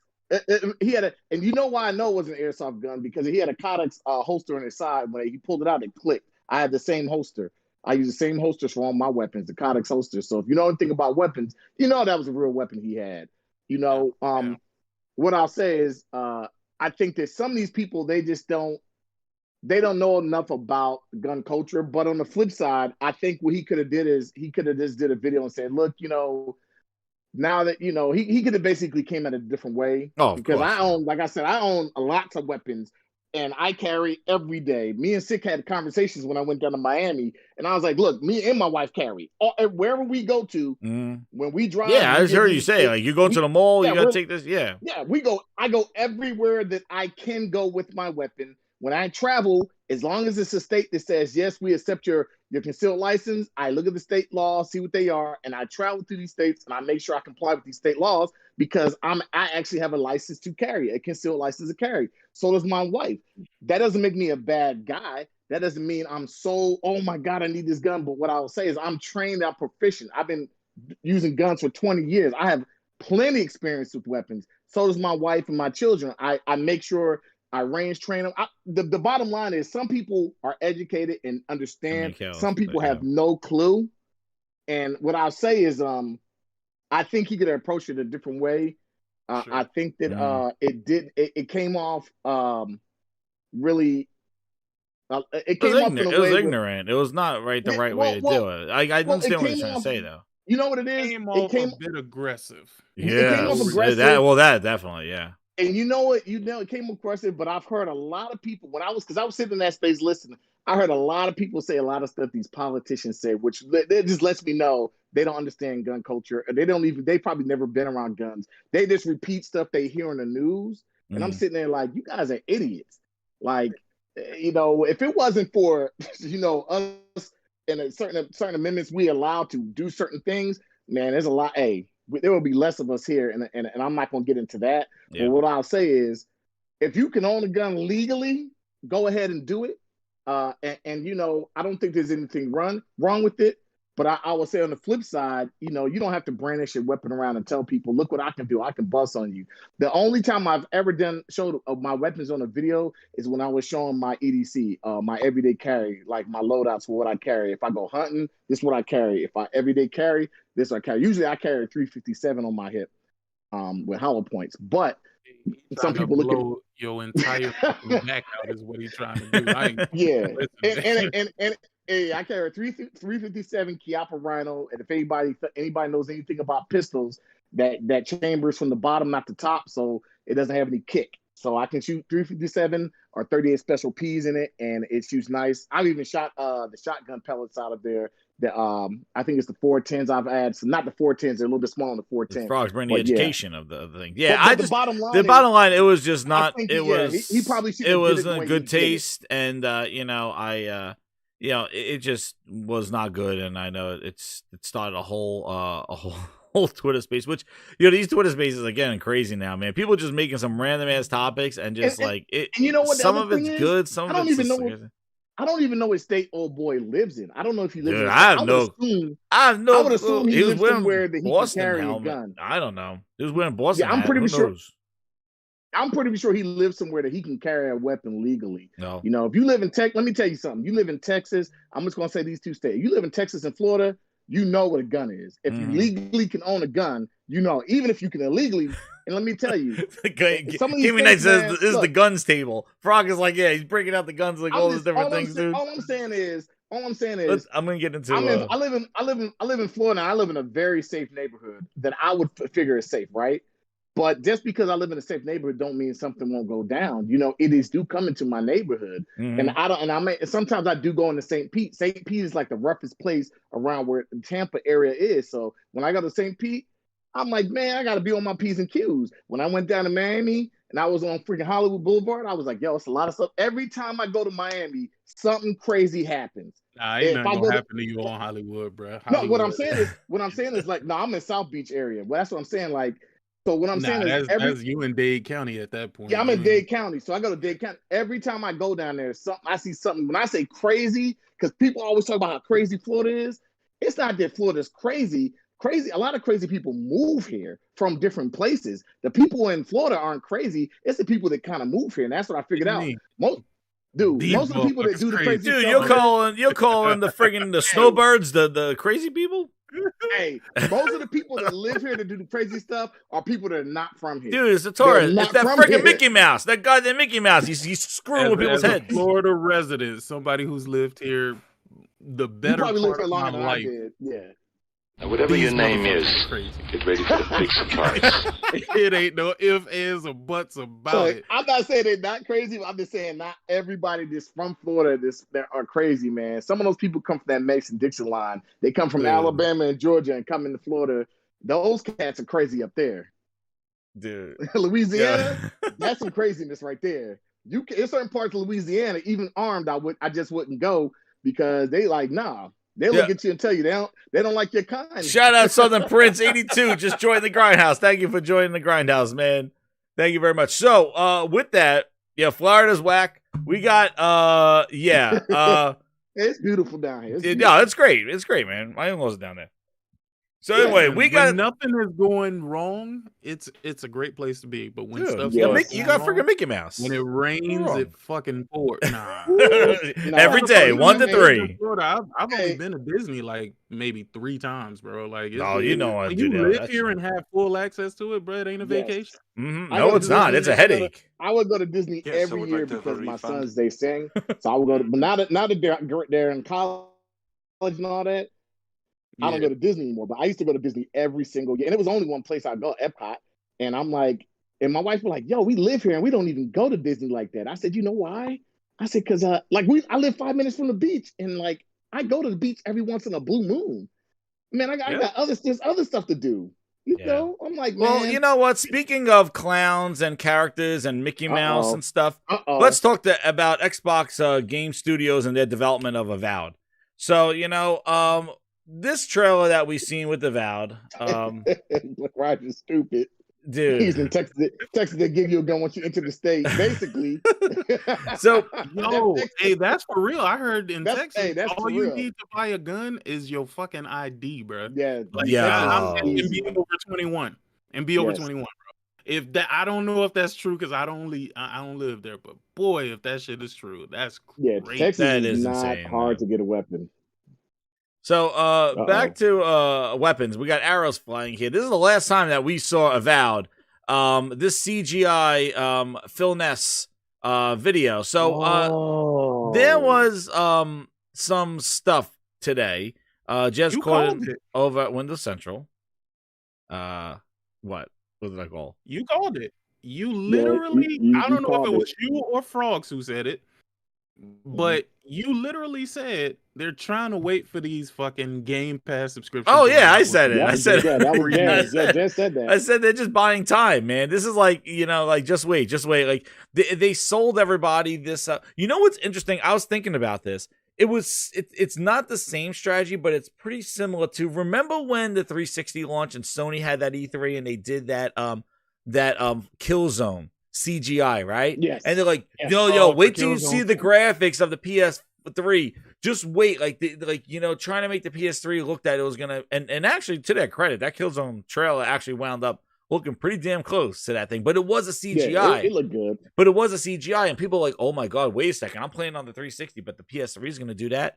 It's funny because I think Microsoft's doing some strategy now where they like show a bunch of CGI on these games that are really in pre-production. We don't have gameplay of them, but just like show people something to kind of like let them know what's coming in the future so we could buy time to when these games do drop, then we could ask for the $15 a month. Right now they're all stacked sitting there. Let's give them like, these bootleg games and some other games and some other little stuff. We'll give them some service-based games, some games where you tell us the story, some games like little ones and things like that. Meanwhile, bleeding ass. Let me ask you a question because I don't really know. If you do that stack thing, you can only do it once? 3 years. Yeah. So. No, but I'm saying you can only do it once. Like let's say I want to revert from Game Pass and just go back to gold. You lose it. You lose it. You lose it. You lose it. If you go from if you have like 2 years of Ultimate, say you have 3 years of Ultimate, right? And a year in, you're like, you know what? I just want Xbox Live. No. I'm saying you roll out of that, right? Like you finish up the Ultimate. Like me. Like I just got you're just getting a regular Xbox Live. If you get regular Xbox Live, stack that up for 3 years, you can't do the Game Pass switch again? No, because once your account is crossed over from Xbox Live to Game Ultimate, you have to wait for that to expire. Then you could go back to Xbox Live. But I don't know. That's a good question. We don't know. It's going to find out. I'm going to go look to the small print. Let me see. Because right. Oh, shit. The Grindhouse. Dude, the Grindhouse. Game Pass. Every time I say Game Pass, my dogs freak out. Yo, so what happens here, Sick, is that those are the Grindhounds. Okay, what happens is that... Calm down. Phil Quinch is not here. There are salespeople that come to Frogz to try to sell them a year of Game Pass, and the dogs, they chomp their ass when they come to the door. So we got them trained to know we don't want the Game Pass hand-me-outs coming to Frog's house. So with the Grindhounds, they take care of that. So anyway, that's the story of them. They always go crazy when Frogz has Game Pass. The Grindhounds. He has a Bijan, I think, and a friggin' the killer dogs. Damn, every time I say that word, man, they freak out. Those are killer dogs right there. What dog is that you have? The all my white Yorkie. one? It's a Yorkie, man. That's a poodle. No, dude, the white one's a poodle. The poodle goes for the nuts, man. They come to the door saying, "Sir, would you like 6 months of Game Pass?" It bites their Phil Ness nuts right there. The white one's a poodle. She's they don't take that shit. And then the one that's always barking, that when she hears that word, which I won't say, is my Yorkie. She fucking hates that word. If I turn my system on and she hears the boot up sound for it because it's got the Taco Bell Xbox, she barks at it.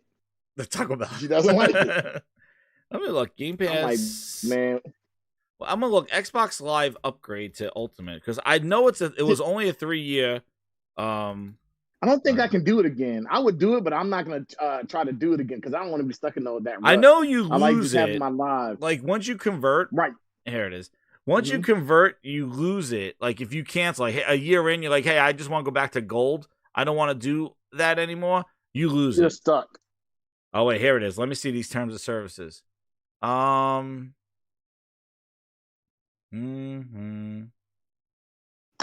Let's see, stacking. Here it is. What happens? There it goes. What happens if my GoodMan? Oh, I don't think I'm sharing my screen. Let's go over here. There we go. Let's see. This is a question asked. Like, what happens if you're after your stack? Can you do it again? So let's see. Let's discover. It says, what happens to my gold benefits if I upgrade to Game Pass Ultimate? Game Pass Ultimate includes Xbox Live Gold, so you enjoy the benefits of gold, including online. What happens to my gold? No. Here it goes. Yes, you can return to your prior subscription by canceling Game Pass Ultimate and repurchasing your prior subscription. To cancel, sign it here. You have an option to end your subscription if it's on expiration date. Depending on your subscription status, you may also have the option to end it immediately with a refund of the price you paid for Ultimate only. Note that the upgrade of $1. $1. $1. And we're taking tax out of that $1. Let's see. It could be reverted to gold with this. Yes, after you join Xbox Game Pass Ultimate, you can continue to redeem gold and Game Pass for console PC codes. These codes will automatically convert to. Oh shit! Here's the. Yo, wow. Okay, look at this friggin' thing. This is some friggin' Dave and Buster's Chuck E. Cheese shit right now. This is some crazy shit right now. Look at this. So like, this says like, okay, if you join Game Pass Ultimate and you have an Xbox Live Gold card, somebody gives it to you as a stocking stuffer. Instead of coal, you get Xbox Live Gold in your stocking. And Game Pass, and Xbox Game Pass Gold, right? So like, so if you have a 1 month of gold, that equates to 20 days of Ultimate. 3 months of gold is 50 days of Ultimate plus 1 month. So here's a conversion of this shit. Holy shit, they got a conversion? Dude, they have a conversion. So if you have if you have 24 months of gold, that converts to 8 months of Ultimate. If you have 1 year of Xbox Live Gold, $60, that converts to 4 months of Ultimate. Because 12 months of gold. Yo, yeah. So that $15 versus $5. So they're making sure that you get your $60 worth, but you're getting it in Xbox bucks. Game Night with the $5, he says, Jez, I tagged you on something on Twitter regarding Phil and pertaining to the topic at hand. All right, Game Night, I will check that out after we finish the discovery of the Phil Ness tokens. This is I expect Chuck E. Cheese to come jumping. Like, the next screen should just be a Chuck E. Cheese pop-up going like, yeah, buy a pizza and get 12 credits to play. Like, oh my God. This is some Dave and Buster's shit right now. Here it is. Where is it? That's so odd. So a year of gold only translates to 4 months of Ultimate? Yeah, because Ultimate's more money. It's $15 a month. Well, yeah, but oh man, damn. Dude, man. I told you, man. There's no freebies in this shit. People are like, oh, it's free. Yeah, No, it's definitely not. All right, free. we're going into the subscription terms. We're going into the Phil Ness pages here. Here it is right here. Oh, wait. Oh my God, look at this. All right, let's see. I want to see what that stacking shit is. You know what? I want to mention this while you're looking at this. You know, the other thing, I hate to say this, man. Like, I do like Nintendo games, but Nintendo, man, get with the fucking program. Like, your buttons are ass backwards. Like, X is to let go, and B. It's like their button scheme on their controller is so fucked up. I'm like, yo, why can't you just have regular buttons like B? That B button. That's why I think that the smartest controller that Nintendo ever made, and some people maybe disagree or agree with me, was the GameCube, because that big ass A button was right there. You knew exactly what it was for. But like, it's like after that, I don't know, man. There it is. Their controllers are fucked up. Found it. Good job, Frog. You found it. Yeah, Nintendo sucks balls. So here we go. So here it is. So this is where the Phil Ness comes in. Where is he? Oh, hold on. I got him. Hold on. Oh yeah, you found my secret of the Phil Ness.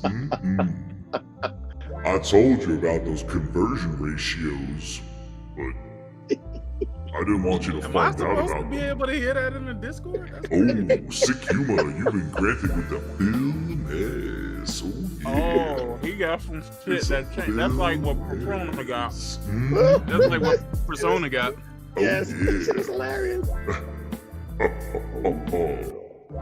Sounds like the devil. I don't know why. I always thought that was pre-recorded. Dude, that was a Phil Ness, man. He took over the friggin' stream. Holy shit, Phil Ness. Now, he has the porno music in the background. But anyway, that's the soothing sounds of Phil Spencer. So he found out, here it is, the conversion ratio. That's where they get you. So the stacking was that a 1 year of Xbox Live Gold would give you 1 year of Xbox Game Pass Ultimate. You could only do that for 3 years. After that, you go into the Phil Spencer ratios. Now your 1 year of gold after those 3 years sick is now worth 4 months. Oh, that's how they get you. I think that's fair. Oh yeah. I mean, yeah. He got you. That's what it is. So like you can't, at the end of 3 years, you can't just say, hey, I'm going to do another 3 years, upgrade for $1. You can't do it anymore because now you go back to the Phil Ness ratios. $5 of a month is the equivalent to $15. So now when everybody says, I got my 1 year of Xbox Live, I'm going to do that. I'm going to convert it to Game Pass. Well, guess what? That 1 year is only going to be 4 months of Game Pass Ultimate. It makes sense. They're making their money back. So that stacking deal is done. So you're paying $15 a month no matter what after those 3 years. Because what they were doing was that your $60 was equivalent to a year of Game Pass. That's what everybody's riding right now. They're riding that whole situation because it says it right here. Maximum of 36 months of redeemed Game Pass Ultimate per account at a time, including any converted time from Xbox Live Gold, Game Pass, PC or console, or EA Play. Like there were even people that were doing EA Play turning into a year of Game Pass. I think it turned into like 6 months of Game Pass. They were throwing out that stuff, dude. That's what the people were doing. They were using the individual services. Like, hey, I have a home phone. Well, if I added cable and this to this, well, you're going to give me this great deal. Well, there you go. That's what it is. So now everybody right now capping for Game Pass that has it stacked, you only could do it for 36 months. After that, Phil's coming to collect his money. He's getting his $15 a month no matter what. You could come in there with friggin' Krispy Kreme donuts. You could come in there with friggin' cereal boxes. He wants that $15 a month. You're not going to be able to finesse him anymore. You can't come in there. A year of Game Pass, I guess. $180, $15 a month. So it's $180. So now your $60 now has turned into three $60 things. That's why you need three. Now you're going to need 3 years of Xbox. You're going to need close to 3 years of Xbox Live Gold cards. 3 years, 12 months, 36 months of Xbox Live Gold will give you 1 year of a Game Pass Ultimate. Because 60 times 3, buy you know. Games, bro. Just buy your games. Like you need contracts. Dude, this is like buying a friggin' house. This is how you want your games to be. And this is what I mean. This is fine as a backup method, right? But when it's balls deep, Phil Spencer says our whole catalog is going in here. This is how we want you to game. Dude, you better read the fine print. Phil Spencer got a conversion chart for your ass. That's what he's doing. Oh, he sure does. Dude, Phil Spencer got it. Yeah, you want to know? Here we go. Here you go. You want all the... Here it is. Here's your conversion chart. Once the honeymoon's over, Phil's coming collecting. All right, grinders? So you heard it here. Here's your conversion chart. Of all the Xbox fans I know, I didn't even know this freaking conversion chart existed. That's right, Nassim. Cream pie flavored donuts. Shit, Phil Ness on the face. Got a little bit on your lips. You are amazing at researching because I just asked you that question. You pulled that shit up in like 5 minutes. It's a man of science. Research. Yeah, there it is. It's there. It's in writing, but nobody talks about it. I was always curious about that because most of the people who I talk to, they all say that they did the little trick with Game Pass. Yeah. So I'm like, nope. I did it when they first did it, and then it gave me a year and a half, and it expired. And this year, and then I was like, I'm just going to go back to Xbox Live because there weren't that many games in Game Pass I was playing. And then I had the hardest time going back to just being a regular Gold member. It's like they freaking gave me a hard ass time. I was like, damn, why is this so hard?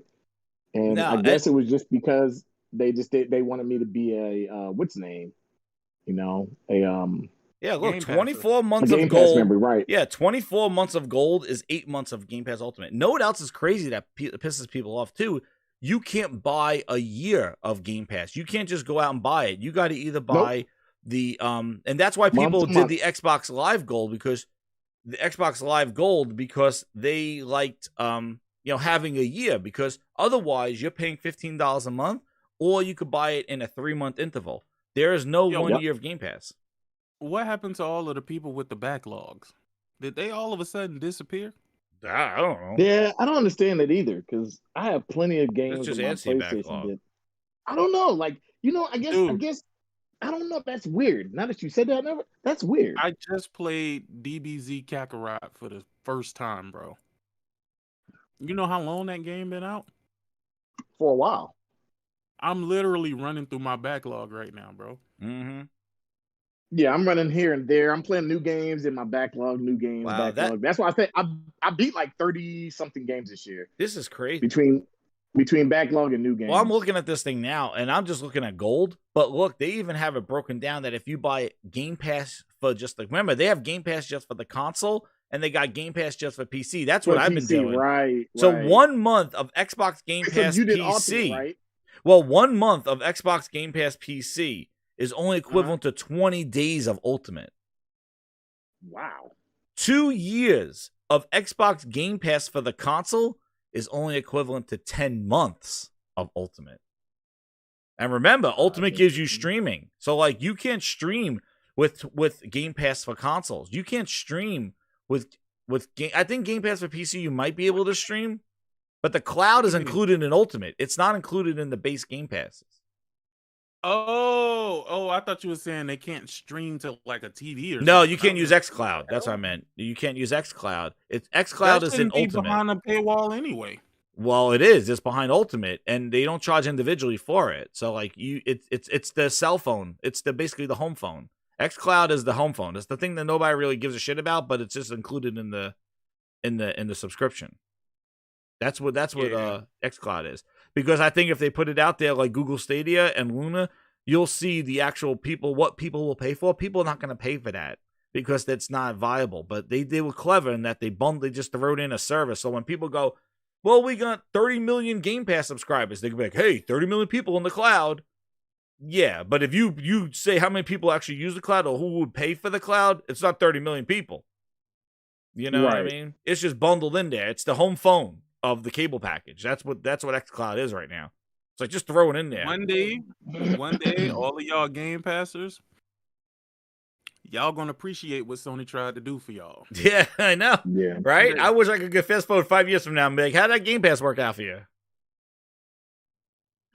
Because trust me, this is not the way you want a game. Like, I don't understand it. Like, who thinks this is a great idea? People are like, it's free. I'm getting all these games.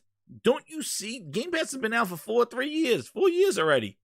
What has been the must play thing, the amazing revolutionary thing? In addition, to take this, and again, this is a whole derail of whatever the frick I want, but it's gonna get into the game development. But this goes into the whole Jim Ryan thing with putting games on PC and Gears 4 was on every device possible. Gears 5 was on everything: PCs, cell phones, Androids, iPhones, iPads. Still didn't sell. It would happen. Did it have this miraculous kind of longevity to it because it was on everything but a friggin' toaster? Are these games? Outriders was on everything in the world, in addition to being multi-platform. Did it have this huge life given to it from Xbox being on everything? Where are the results? Where are the results that a game being accessible by billions of people, all the PC dudes, Windows 11, games, all these people, where are the yields? What, like, they're not sharing any numbers. We're not seeing it in any sales charts. Where's the results that Gears 5 is on everything but a friggin' microwave? But it died off faster. They needed to increase the pool and force crossplay because people couldn't find games on PC because the console dudes turned it off. You tell them that doesn't sound like the game is on billions of devices. They needed a friggin' lifeline. So they had What happened to the mobile? What happened to the mobile? What happened to all those dudes on xCloud? On iPhone, remember it was like, oh, it's only on Android phones. Wait till it hits iOS and iPads. Dude, What happened to the mobile games? What? Oh, what? Gears Pop and shit? Yeah. They popped my ass. They're gone. They didn't reach the 200 billion with that. I mean, that No. was sure to reach the 200 billion. I gotta go on Twitter see what Game Night put. Yeah, no. A whole bunch of people told me that game was excellent too. Gears Pop, it was microtransaction to hell. They didn't care. They said it was a fantastic game. Let's see. What's his name say? Wait. Where's oh shit, something's going on here. What's going on? What is this? Ain't nothing going on. Phil got y'all. What? Oh, guys, you can't derail the show like this. Oh, go ahead and give the link to everybody. Oh shit! I want the link too. Oh damn it! All right, this. Wait, you gonna put it on the screen? So that's. I am putting it on the screen now. Oh Jesus! Oh God, what happened now? It's all right, man. It's all right. Look, it's gonna be okay. Oh God damn it! You know what? This gets me on my grind. Like, oh yo, this is what gets me. All right, here we go. Get ready.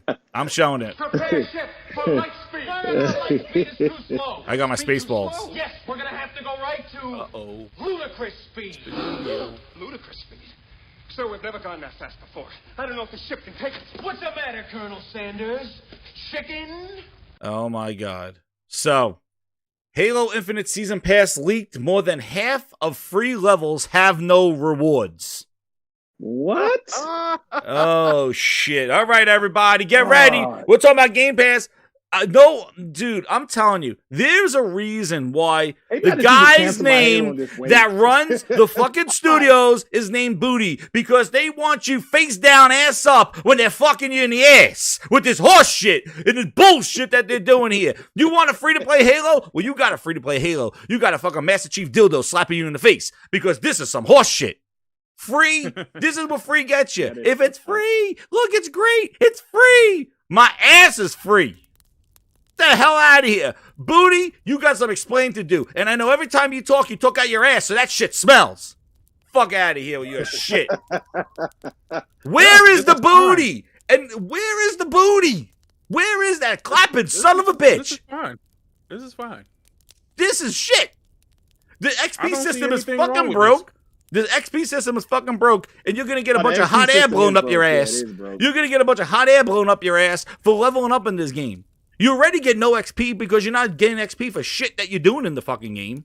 Now, you're going to get XP. Not only are you not going to get XP, you're going to get some hot air blown up your ass because there's nothing there. There's no rewards.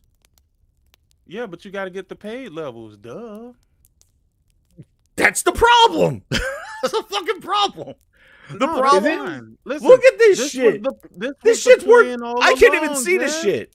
It wasn't playing, but let me ask you a question. Look at this fucking horse shit. Did you buy the Switch OLED sick? I think you said no. Okay, because I didn't buy it either. But the rumor, Look at this trash ass pass. The rumor was that it was the Switch OLED dock could output 4K 60 or something like that. I don't know how true that is. I don't know if anybody's heard that. So they want you to, this is it, man. They're making, and know what I hate? I hate when they are making this is exactly this type of bullshit that they were trying to do with Xbox Live Gold, right? This is the type of bullshit that they're doing. They're trying to make the paid option look better by gimping the goddamn free shit. By gimping Xbox, they're trying to make Game Pass look better by making gold so expensive that you have to scratch your ass and scratch your head going, I'm not doing this shit. So now, let's just take the free part of Halo and make it just no XP. You're not getting shit because they want you to pay for stuff. Instead of giving people some nice shit to entice them to want to upgrade, you're just not going to give them anything. You're already not getting XP, and now you get nothing. This game is going to be dead. You people, you guys are hyping up a fucking beta. That it's a competent game. I heard some of the bitches tell me. I heard a motherfucker tell me it's a good start. We're in 20 fucking years of Halo. It's a good start. What the fuck is wrong with you? This is great. Didn't you always dream of Halo being like this, Jez? This is the Matt shit ass booty version of Halo. That's what this is. This is a stink ass booty. It worked for Minecraft. Fuck Minecraft and that bullshit. Microsoft did nothing with fucking Minecraft. All they do is pay the electricity bill. But it worked. Fucking work. This is some bullshit. And no one else too. Look at this fucking crap. I'm disappointed. I'm disappointed by that. Look at this shit. I'm not. Who wants this trash? Hold on. Look at this. Left. Look at this fucking shit, Frog. You get left elbow pad, right elbow pad. Correct. Okay. So I'm not worried about it. Because I'm not paying for that. This shit. is fuck this. Nobody's playing this shit. You gonna pay for it. Hey, fuck. You gonna pay keep for it that when goddamn. Come out with a rocket launcher at the it's start a good of the game. start. Somebody. That shit. Now that shit happens. I just look. What the fuck? Nobody's playing this shit. For who the hell wants like a fucking Master Chief jockstrap releases on level 20? Oh yeah, your fucking balls could be blue now. Get the hell out of here. Who wants a left shoulder pad, a helmet, a friggin' visor? Nobody wants this shit. I know I'm buying all 3 shooters this year because I'm a fan of all of them. This is like some fucking crackerjack box, goddamn fucking season pass. This is bullshit.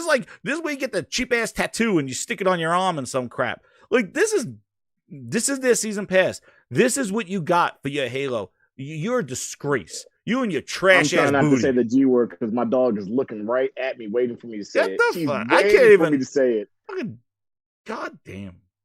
Yeah. And this is what brings me to social destruction. It's $5. Halo's back. Don't even get me fucking started. This is oh my god. I don't know what to click on next because I'm about to fucking derail everything here because it is motherfucking piece of shit. This is what gets into my topic that I really wanted to fucking talk about. This is what I fucking wanted to talk about. Why?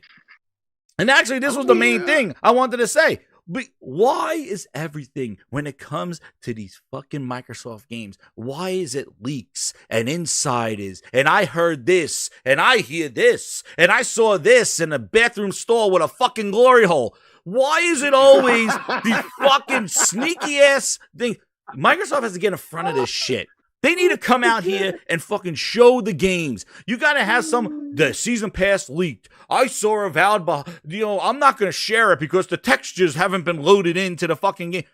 Why is everything a leak behind the curtain? Why is it bullshit like this? When Sony just comes out and says, hit the fucking games. Let the games do the talking. Here you go.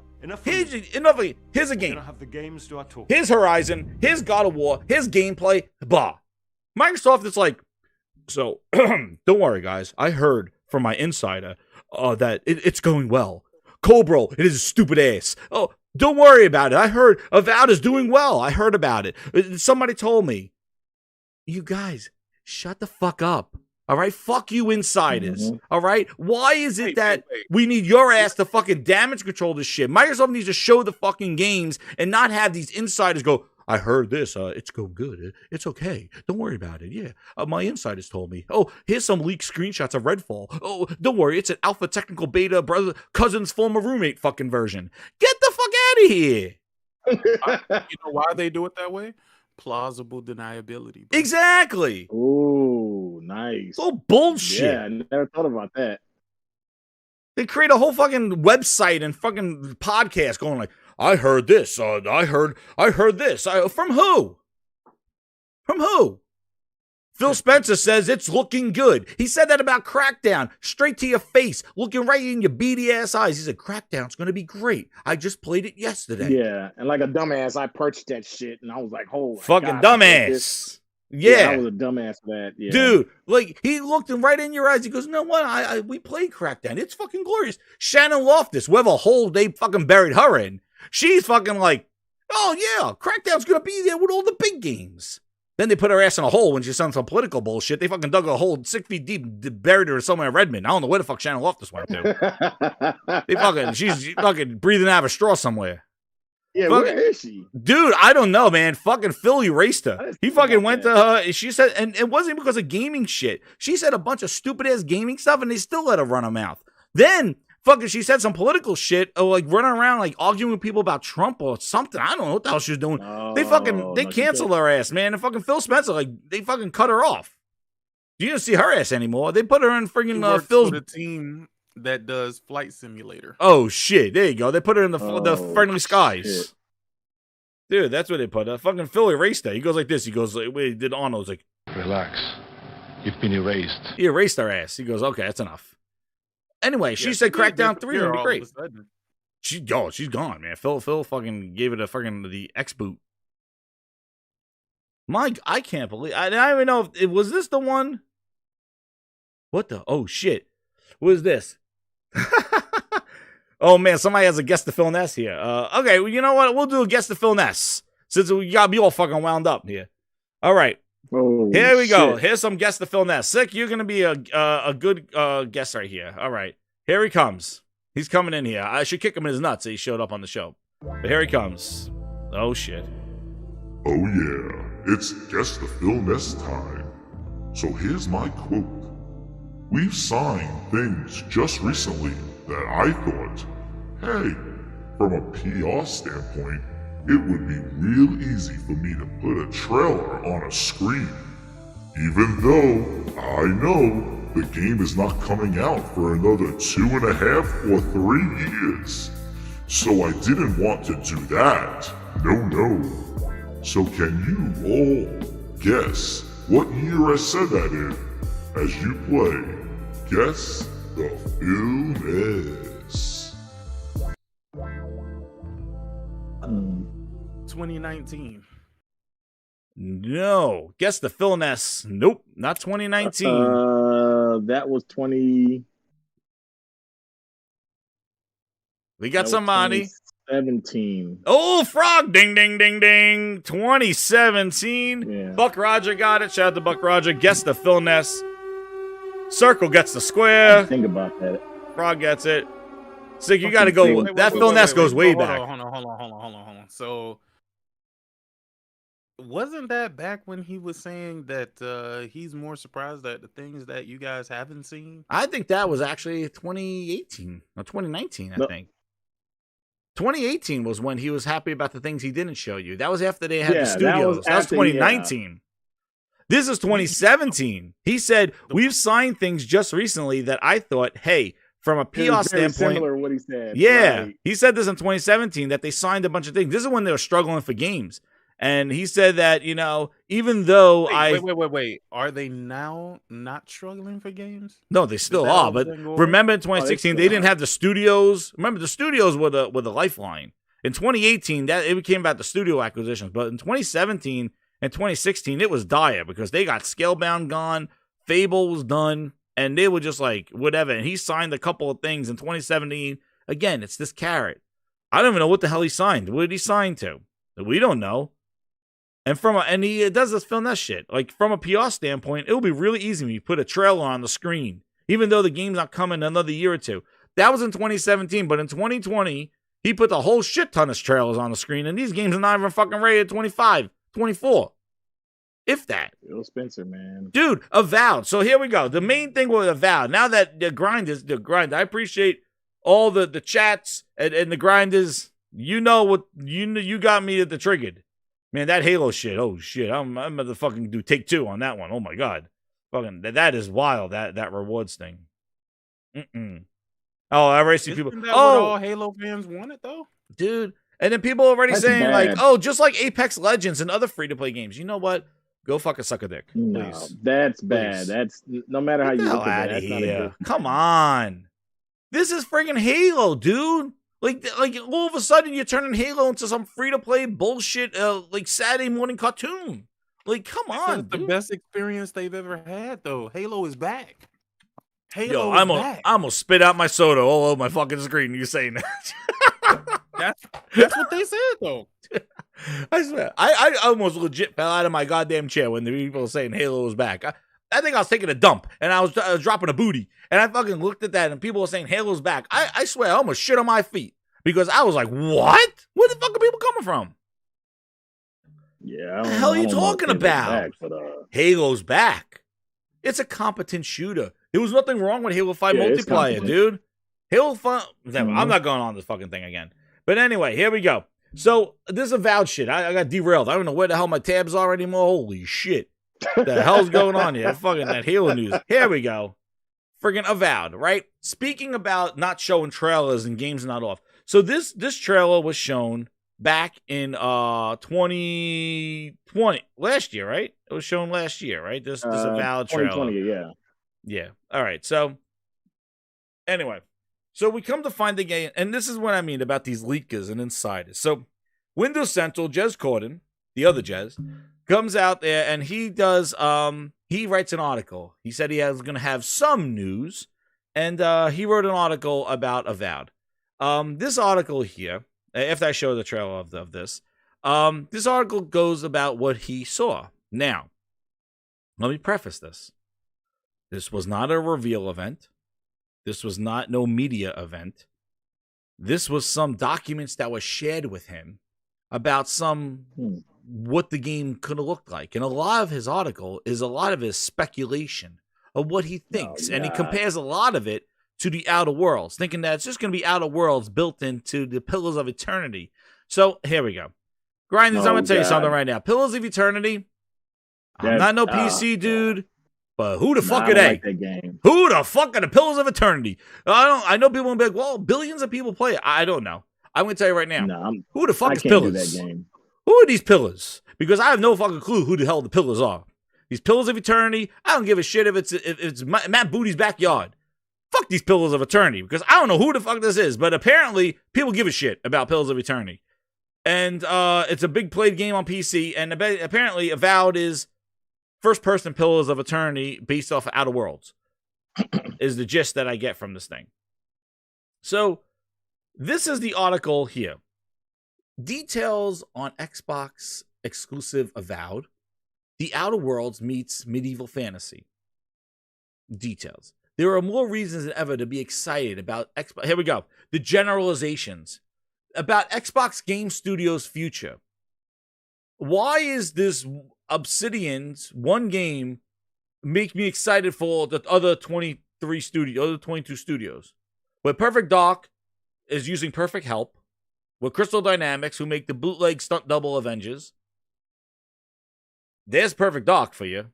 I don't know. It's a collaboration of meeting of the minds. Maybe together they have half a brain. Who knows? I don't know if this is going to be Tomb Raider. Who the hell knows what Perfect Dark's going to be? Then we got friggin' Everwild from Rare. They're figuring out what the fuck's going on. Did they ever figure out what that game was going to be? I don't know. They had since 2019. They're going to label the pandemic as the reason why it delayed their decision and knowing what the fuck they were doing. But anyway, that 2019 revealed. That was revealed in October 2019. Remember London? And where was it? Where was it, Phil? Xbox. Oh, rubbing his nip. Oh, this is Mexico. This is not London. Phil. They loved them. The families. Man, I remember that. Dude, rubbing nipples, shaking hands. Here's Everwild.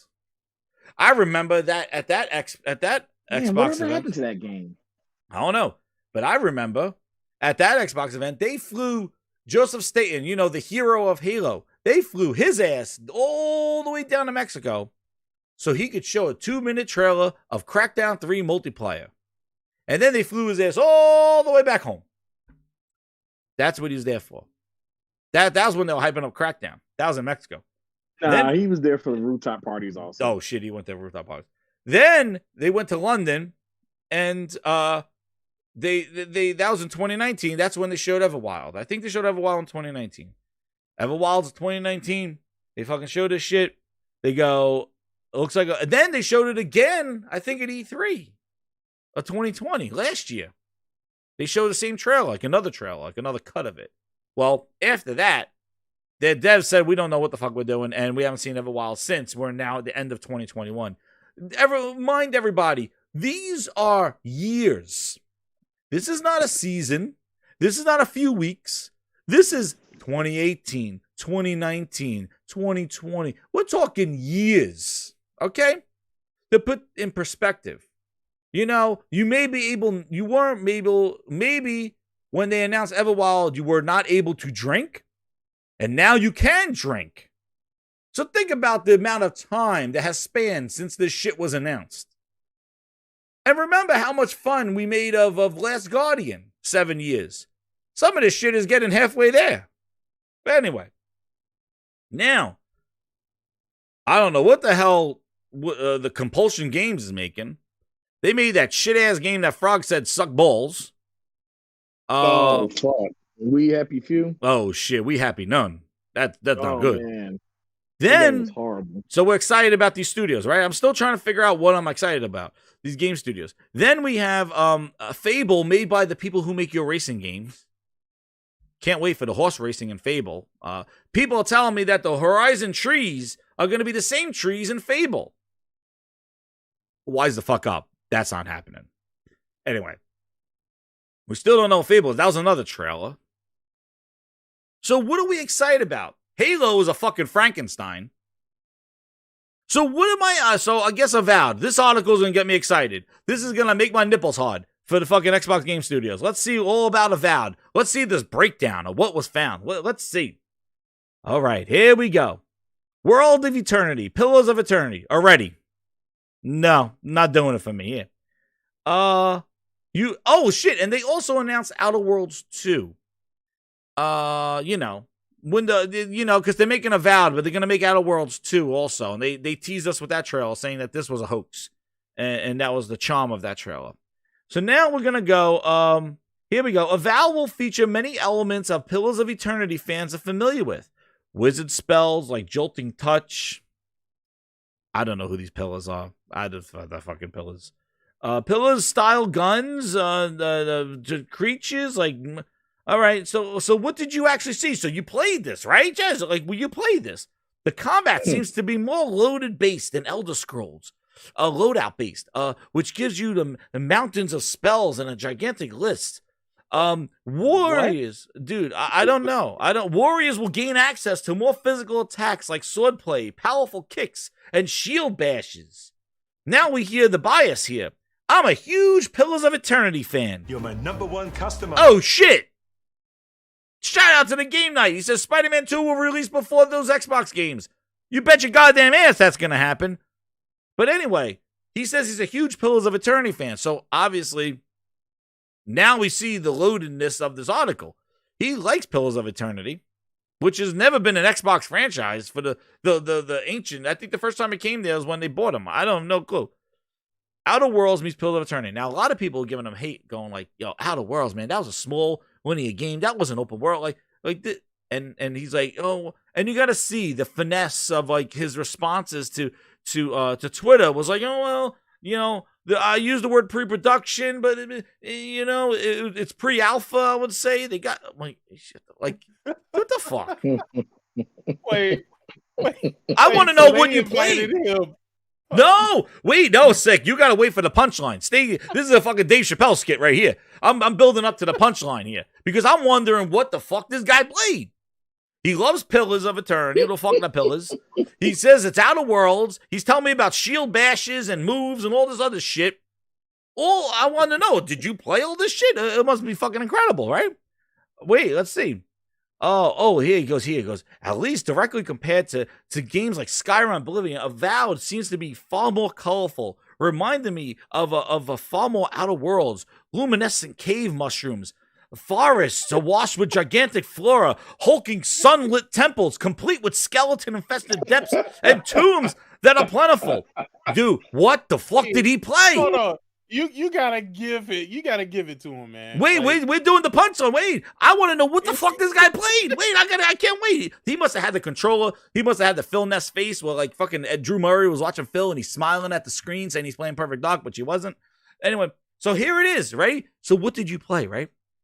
The content I saw does represent a pre-alpha state with certain aspects like lighting and textures not fully implemented, which is one reason why I'm not sharing the documentation I've been shown.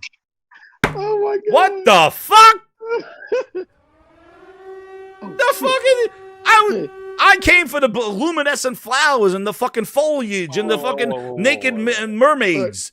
The fuck is this? Back up. The content he saw does not represent alpha state, but he doesn't want to reveal the list of shit.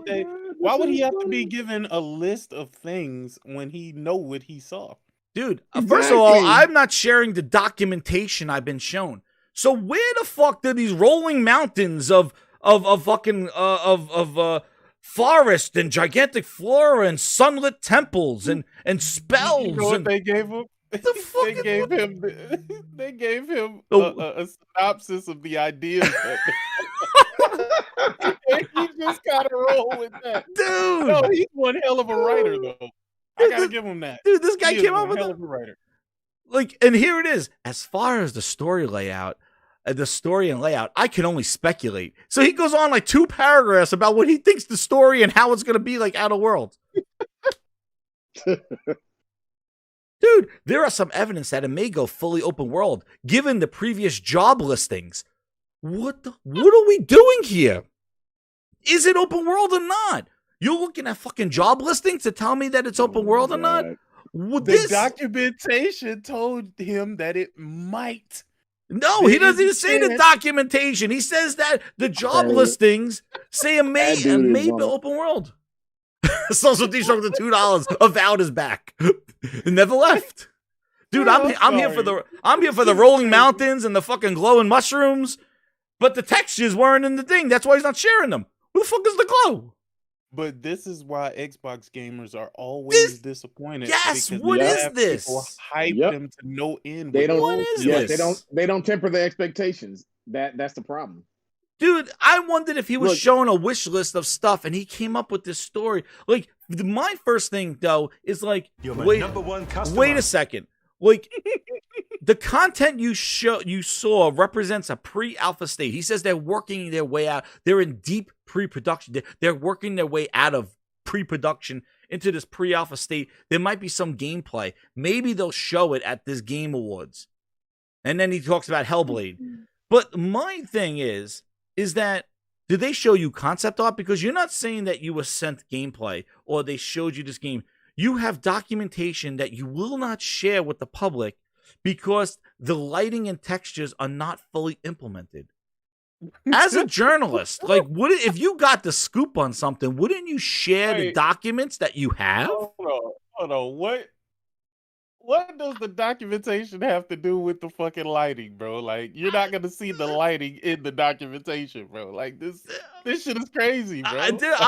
I'm just reading this thing, and he's like, you gotta read this. Like, this is like a good, like, bedtime story here, dude. Like, it's just like, I'm like, where's the luminescent cave mushrooms and verdant forests awash with gigantic flora and hulking sunlit temples complete with skeleton-infested depths and tombs? You know what it sounds like? You know what it sounds like? You ever take a deep dive into like YouTube to these people who be telling like horror stories and they're just like reading the stories or whatever? Dude. Like, that's what this shit sounds like right now. I just don't get it. And like, it's like, it goes on. He goes, even in its pre-alpha state, hear this, ready? Even in its pre-alpha state, Avowed looks like it plays extremely well.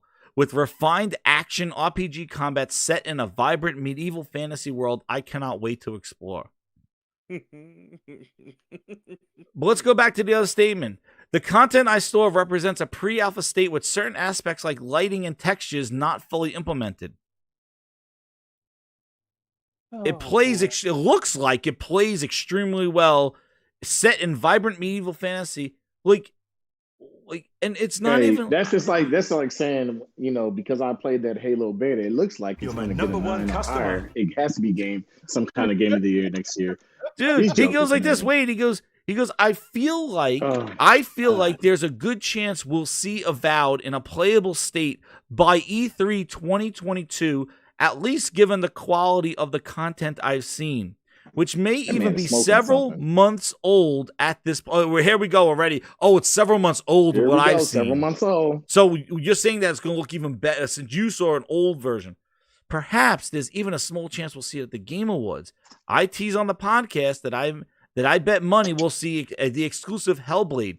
You know, the thing is like, you bet money we'll see. And I heard that show. Shout out to them though. Like, you know, Jez is all right, but man, this is some fucking this is some freaking like this is some romantic novel shit right here, man. He thrusts the deep throbbing cock in her. Like, what the hell is this shit? The moan and sweat was dripping off her brow. Like, what is this shit, dude? What the fuck is this? His throbbing member was oozing. Like, what is this? This is like, but you know, like, this is what I found fucking rock novel bullshit we're reading right here. What the fuck's going on? Yeah, shout out to True Witty $2. He says, "Wow, I guess he forgot what he saw, so he has a list." Dude, he'll give it a list. This is like so like, you bet that we're gonna see Hellblade 2, right? At the awards. Do you mean see Hellblade 2 or have a playable demo of Hellblade 2 with a release date? Like, what are our standards here, dude? What are our standards? Like, we're just gonna see Hellblade winning and dude, and gonna show the eyeball that they're taking photos of this past summer? What are they doing? Who the hell gives you documentation? But you won't share it because it's the lighting and textures. What just share it. Why? You don't want the game to say to get the GamePass tramp stamp on it? Is that why we're not showing it without textures? But man, dude, you got me you got the story going right here with the friggin' throbbing member and fucking the fucking sweat coming off the brow and shit like this. I don't know what the fuck's going on here. Like, I don't know what you saw, but like, did they show you some concept art and Phil Spencer came over with a bunch of donuts and sold you a bunch of bullshit? Like, what? I don't understand. But my problem is not necessarily, I don't even know what my problem is with this shit. My problem is like, Microsoft, just show the goddamn game. Stop with this member bullshit. You know what they gave him? They gave him a press kit. That's where they gave him a press kit. Oh shit. They gave him a fucking press kit with talking points, bruh. That's the exact same shit they did to Digital Foundry when it came to Gears. They played with the magnets. They bought him breakfast. I just like legitimately. I assume you did see something. I'm not saying you didn't, but like, I know what he saw. He saw that glory hole on the second fucking floor. That's what he saw. He saw the documentation. It told him exactly how to describe shit. Yep. Then what the hell did we see in that CGI that was shown over a year ago? Like, talking about blowing smoke up your ass. Damn thing. Dude, this was shown last year. They showed you floating arrows, bro. Dude, they showed. There it is. This is where they sound. I'm seeing. Where's the iridescent mushrooms and the friggin' elaborate forests oozing machismo? Fucking whatever he wrote. But like, my thing is like, you build the hype up for this stuff. Now, what happens that I'm an Xbox? I'm reading this article. What's up, Alfonso? Hit that like button, everybody. Grinders. I'm fucking grinding some gears tonight. Shout out to Sick and Frogz coming in. Some crazy shit right now. Fucking derailing my shit. This shit is funny, dog. Dude, I'm sorry. I'm just saying, like, I don't even know what I was gonna say now, because I'm just like thinking, like, I'm like, what? Like, you make this whole story, like, I'm reading this as an Xbox fan. Oh wow, this sounds great. I see people on Twitter. I'm so hyped for this now. This is incredible. And I saw some people upset, like, oh, I don't want it to be like Outer Worlds, like. And then people go. As soon as you said his thrusting member, you sold me on it. Dude, it's like a regular erotic novel, and then it's like you're talking about this, cave? Dude. Is this the cave he was talking about? No, he didn't even refer to this cave. I don't know. Look to the left. I don't see mushrooms. Oh, you see mushrooms? No. Look to the left. Look to the left. Well, I'm telling you to look to the left, like you can scroll. Go back a little bit. Wait, the purple hand. You'll see some fluorescent shit on the walls. Oh,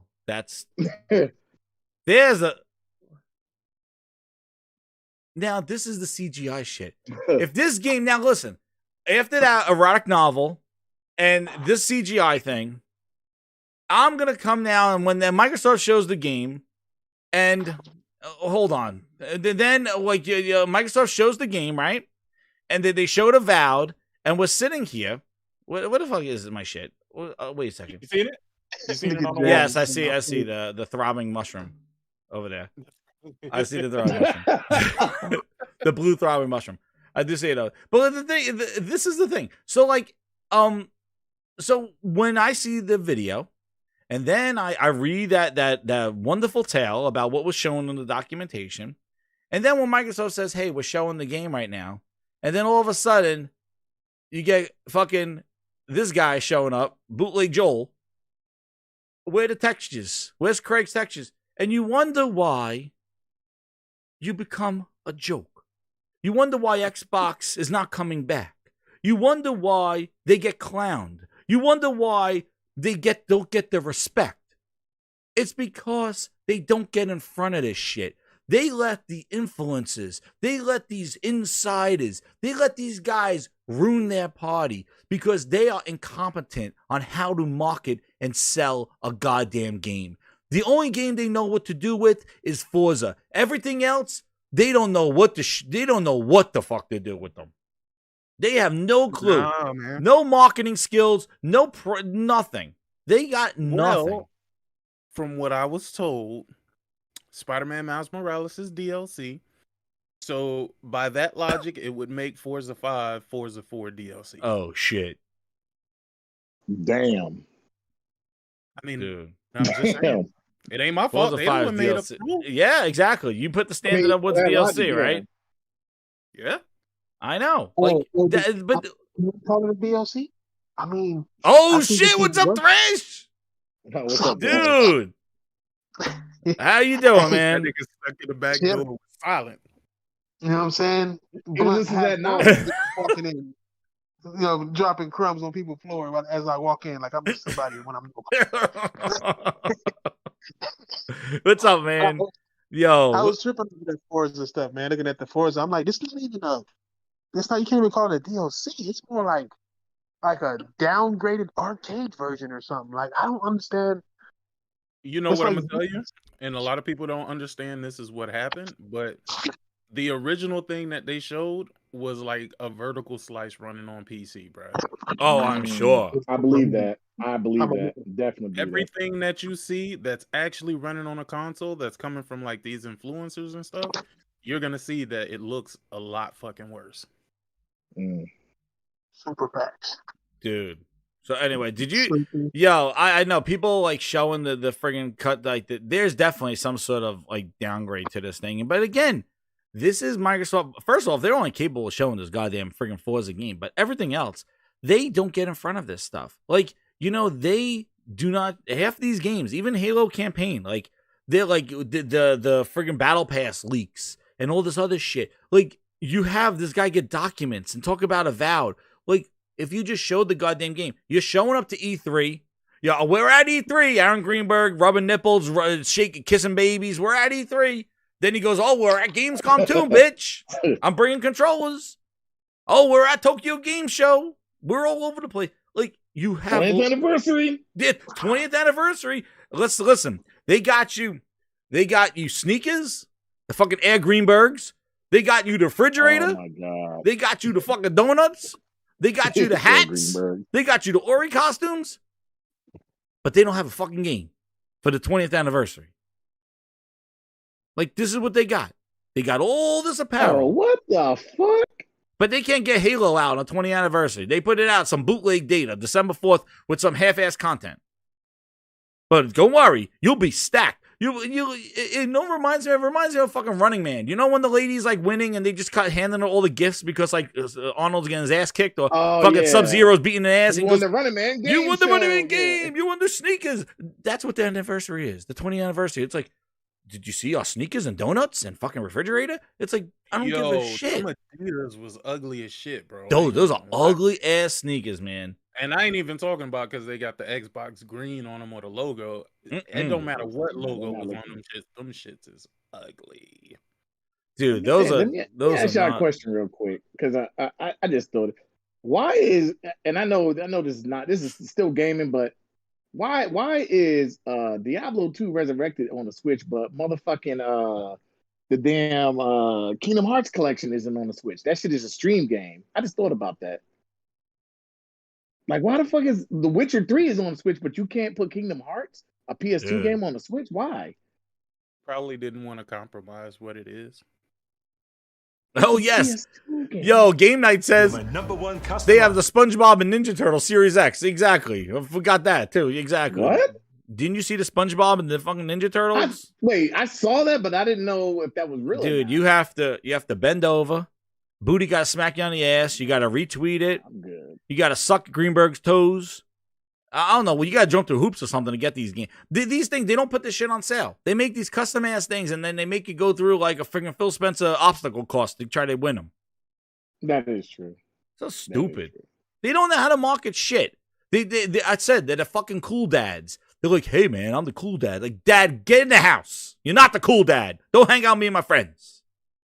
No, I'm the cool dad, man. I'm Greenberg. I play games. No, Dad, get in the house. Do something. You can't hang out with us. You can't come to the movies with us. You can't come out on the cool dads. Here they come. Like, just stop. Like, grow a pair and make the games do the talking. I just can't believe such a statement is so hard for a company to grasp. You have inside. You would figure a company that has that much money would get somebody smart enough to make their statements. It's 20 years. Yeah, Frog. It's 20 years. 20 years. They're acting like Xbox a year -2. That's what they came out more competent 20 years ago than they're coming out now. They're stumbling and tripping over themselves. You got a guy saying that I got documents and tell me an erotic story about mushrooms and glowing members. I don't know what the fuck. But then he's like, I can't share what I showed you because the textures are not there. What the fuck are we doing? The fuck? I'm not showing my documents because the textures are not there, but I can imagine the story is going to be vast. And from the job listings, it might be open world. What? That's that whole community is kind of like that. Dude, and then when they showed Avowed looking like a fuck, the people are gonna be like, this game looks like shit. What are you talking about? Game Pass fodder. Same thing with was the other game, the friggin' Redfall. Oh well, that's in pre-alpha. Oh my god, that game looks like shit. No, but that's pre-alpha though. But that's coming out in the summer. This pre-alpha. Then you got to look at the damage control for this article, right? Then they go, well, you said pre-production, so with that's I'm weird. Why is that not coming out? That like pre-production, and then he's like, well, Jeff Grubb says that it's probably going to come out in 2023. So he goes, yeah, I think maybe 2023. It's like, I just want to just fucking go like, well, what are we doing here? Are we writing like is this fucking story time with the children? Like, why is this such a fucking disaster? Why can't Microsoft just come out and go, here's E3, here's Avowed? Sony comes out and it's like, fucking here's a God of War, here's a fucking a title screen, and then 7 months later, here's the fucking game. Like, here's the gameplay. Here you're playing her. Like, it makes this stuff tangible. It shows progress. This Avowed, like now people are gonna be like, well, if Avowed is not at the Game Awards and not showing the glowing mushrooms and fucking the vast lands and all this other, people are gonna be like, well, Avowed looks like shit. And it's like, well, you know, this is the problem. This is why they are so frustrating. That's why. Thresh, did you see that article? Did you see the whole pre-production shit? Avowed? Oh shit, where'd Thresh go? He said he was dropping breadcrumbs or something. No, my bad. Yeah, oh shit, there he is. I seen the article with the pre-production. My bad. Oh no problem, man. Thank you for coming on, man. Thank you. I know it's been a double-headed tonight. Yeah, it's all good. But no, I've seen that shit, man. Like I said, it's a pattern. But it's like I told people long ago, we can't buy all these companies and expect them to be making games at the same time. It's too expensive. No matter how much money your mother company has, it's a lot of money to be working on multiple projects at once. Mm-hmm. So that's what they're dealing with right now. They got multiple projects. Then they took on Bethesda, who already had projects in the making. Bruh, it's like they don't know what they're doing over there. They don't know. And Sony, Sony needs to slow down with the purchases too. But it's not like Firestone or any of them were actually making games to begin with. They didn't really make any. Well, they was making like Wipeout, but they wasn't. That was not like something that people always working on. But still, if they keep buying these developers, they're just gonna be paying them to sit there. I know, right? You got 23 and yeah, Sony the same way. Like they're scooping up a lot, and they got them deals too. So like, yeah, they got. But like again, yeah, they got Herman Holtz though, man. He does fucking splits. He's Von Holtz, the man. I'd rather go to war with Von Holtz than somebody named Booty. That's all I'm saying. Oh, facts. You know why? You know why Sony is better prepared though? I mean, if we want to be honest, the people that Sony purchased, they were already working with them prior, so Sony already knows the shit that they got going on. Dude, look what Bluepoint did with the launch of the PS5 with Demon Souls. Like, look at the potential they got out of a launch game. Shit, what are they gonna make in the next one? Now imagine taking on Bethesda and ZeniMax, right? And then trying to fit the games that they're working on into the Game Pass mode, because that's literally what they have to do. They have to figure out how can we give them part of a game and have them continue paying until they get the rest of the game. There you go, Frankenstein like Halo. Shout out to True Witty, $2. 20 years in the biz, and they still don't know how to win. Dude, you got the line. Here it is. Where's my friggin' Rambo? Shit, where is it? There it is. Sir, do we get to win this time? You don't get to win. Exactly. 20 years acting like it's my first go-round. My competent shooter Halo. But you're right. Like, the thing is that they have relationships, and they're trying to get Bethesda, because you got to wonder, like, Sony didn't have to buy Bethesda to get the friggin' Deathloop, and they didn't have to buy them to get exclusive deals. They didn't have to own it. $7 billion. There's a reason why Microsoft has to own them, so I control how you distribute that game. So I tell you how to distribute. Yeah, you can make whatever you want, which I think that's horseshit too, because I'm sure the guys in the, when they're Santa Monica studio opening up their friggin' taking pictures of sunsets on the Venice Beach right there, they said, I want to make a perfect dock game. Let's get a studio together. Sure. Yeah, that's the first thing they said. Yeah, right. Oh, well, yeah, because Joanna Dark was right off the tip of their tongue, because Microsoft has done so much with that brand. They Phil even put on. I would have been more accepting if they made a Battletoads game than if Perfect Dark. Phil teased the shit out of Battletoads, and we got fucking Battletoads Saturday Morning Flash game. That's what we got. And Microsoft wasn't the one that even initiated it. That indie studio went to them and said, can we use Battletoads because you like the game so much? And Phil was like, I guess. Would you buy a dozen donuts? Okay, sure. And Phil sold them fucking donuts. And then they made the Flash game.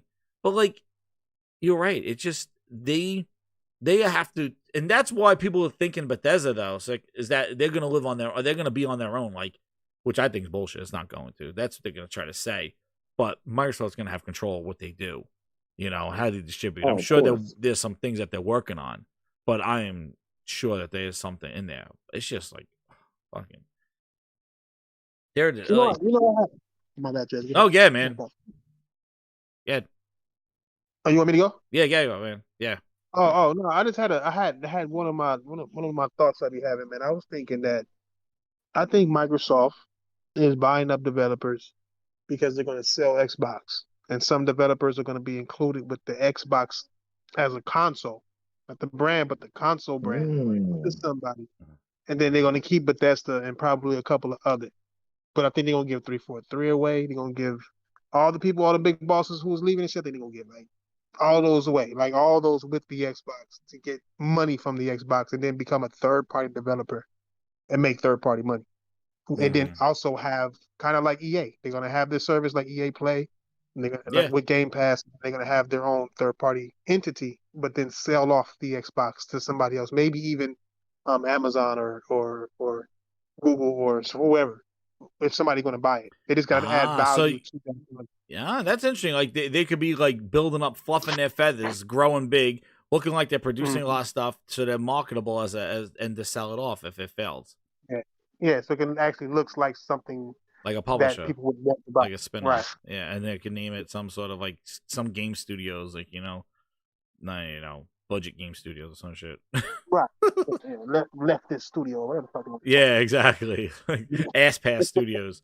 I don't know. Yeah, but there's a lot of, and I think you were talking about it, but like there's definitely, I think you were talking about it on one of the roundtables. You were just saying like how they are definitely lining themselves up. You, Sicko, was saying like they'll line themselves up. Like there is a good escape plan right now. Like they have positioned themselves to really kind of like exit stage left if they wanted to. If this thing just blows up and does not work, like they could just be like, boop, like pivot left, like and just kind of head the other way and kind of like save the arm, like save the company, but just like sever the arm. Like they're fine.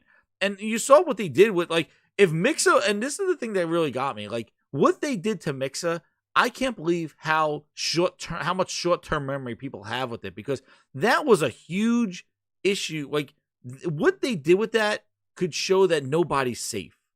They took a bunch of people that had careers and left other streaming platforms and built a livelihood in Mixer and shut that shit down in 2 months.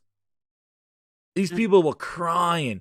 They hurt a community that they built. Think about if somebody built you this house and said, come on, I'm going to give you all these incentives. Come live in this house. And then you get in the house now and you live in there. And then they burn the shit down and now you're homeless.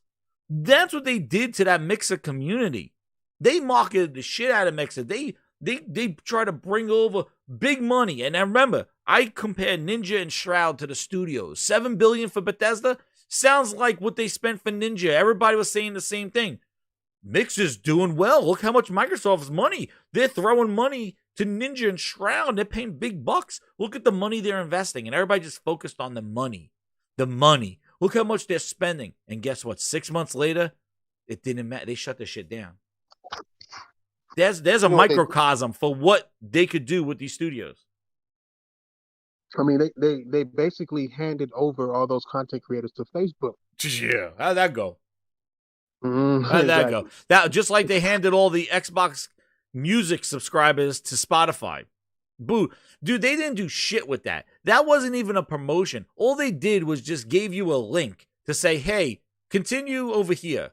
They were not involved in that. There was no integration of Xbox Music or Zune Music into Spotify. Mm-hmm. It was like, hey, your shit's done. Click on this link and join Spotify. They could have put a link to YouTube Music. They could have put a link to anywhere. They just said link to Spotify. They said, hey, all you guys at Mixer, we didn't abandon you. Here's the link to Facebook. Start your shit over there. Good luck. We're done. That's what they did. Shout out to... good. My bad, go ahead. No, I was just going to read the super chat here.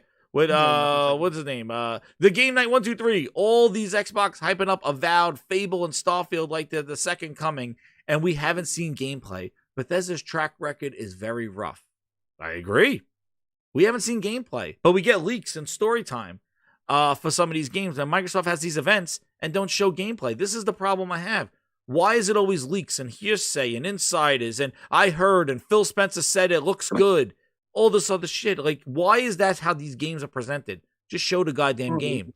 Get sick. What are you saying? Again, Crash, what are you saying? What was it? Damn. I forgot what it's gonna be. Oh shit. We're talking about the studio. Shit, I don't remember. I forgot. To be honest, I forgot. Oh, I was just going through. It was good too. Fuck. Oh damn. Pivot Soft. What were we talking about? I forgot. I was reading the super chat and I got into it because exactly. Just like how they're just the way I'm just grinding up about how they show these freaking games though. Like they don't show it. They have these opportunities to say that stuff. But like, I was talking about the Mixer stuff. And I was saying about how like with Mixer, they spent all this money and bringing these people over, and then just a few months later they shut down this stuff. They had Mixer. Oh, remember? That's what it was. Yeah, that was up. That's what it was. You had mentioned how they did the music. Yeah. With Zune and how they did that. Yeah, I was gonna say, they called it Zune Pass, right? Oh yeah, it was Zune Pass. And it was before Game Pass. Yep. It was Xbox Music. Then it was I called it GamePass. It was Zune Pass. Then they tried to integrate it to Xbox everything when Xbox was entertainment. Yeah. It was Xbox Music. And then they called it then it was the other one. What was the other? What the fuck? It's still on your friggin' dashboard here. What is it called? It was called Groove Music. Then it went to Groove Music. Yeah, Groove. 3 name changes. Yeah. And still Spotify, Apple Music, which would definitely exist before this, after this stuff, beat it. Yeah. Yeah. So this is what look at Connect. Dude, look at Connect. Yeah. You yelling Xbox, take a picture. Xbox save that. People are yelling. Now what? You got 3 assistants. Cortana's in a ditch somewhere with Booty. She's done. Cortana's done. Right. Like you start this stuff, but they don't see it through. And people get excited about them spending money. Hell, remember when they even had a watch when they were trying to make the Fit Band, the Microsoft Band, or they banned that too from the Microsoft stores. Shit, they shut down the Microsoft stores because they didn't get the traffic the Apple stores got. The pivots, they've done this. Trust me, you talk. I've been in Microsoft fan and follow for the longest time. I've been through all this bullshit. That's why when I saw this bullshit now creeping onto Xbox, I'm like, oh no. And Frogz said it the best. He said that there's too much Microsoft now in Xbox, and he's right. Yeah, these are facts. Too many. Now when Satya came out and I did his video last week where he's like, He's wearing the Halo Infinite shirt that they told him. They told him to read the cue cards, and they're like, all right, Satya, say Xbox. It's Halo. Remember Halo. There's a shirt. Make sure you talk about Halo. It's not a Nintendo. It's called an Xbox. And Phil's asking him some bogus-ass questions, and he goes, the 3 things that make us have an advantage, he says, our infrastructure, our money, and the way we make developers able to use it. Like, use and basically it's the same shit that he says about Windows, like productivity for developers. Those were the 3 things that he believes gives Microsoft leverage in gaming with Xbox. Those 3 things he said. And I had on last week on the Grindhouse Gears, I think I said on Friday. It was the cloud, their infrastructure. Secondly, was their ability to spend money to put content in Game Pass. He didn't say the word games. He said put stuff and make Game Pass more valuable. So he's buying studios for Game Pass. That's what he said. And then the third thing was that their willingness to let developers build using their stuff.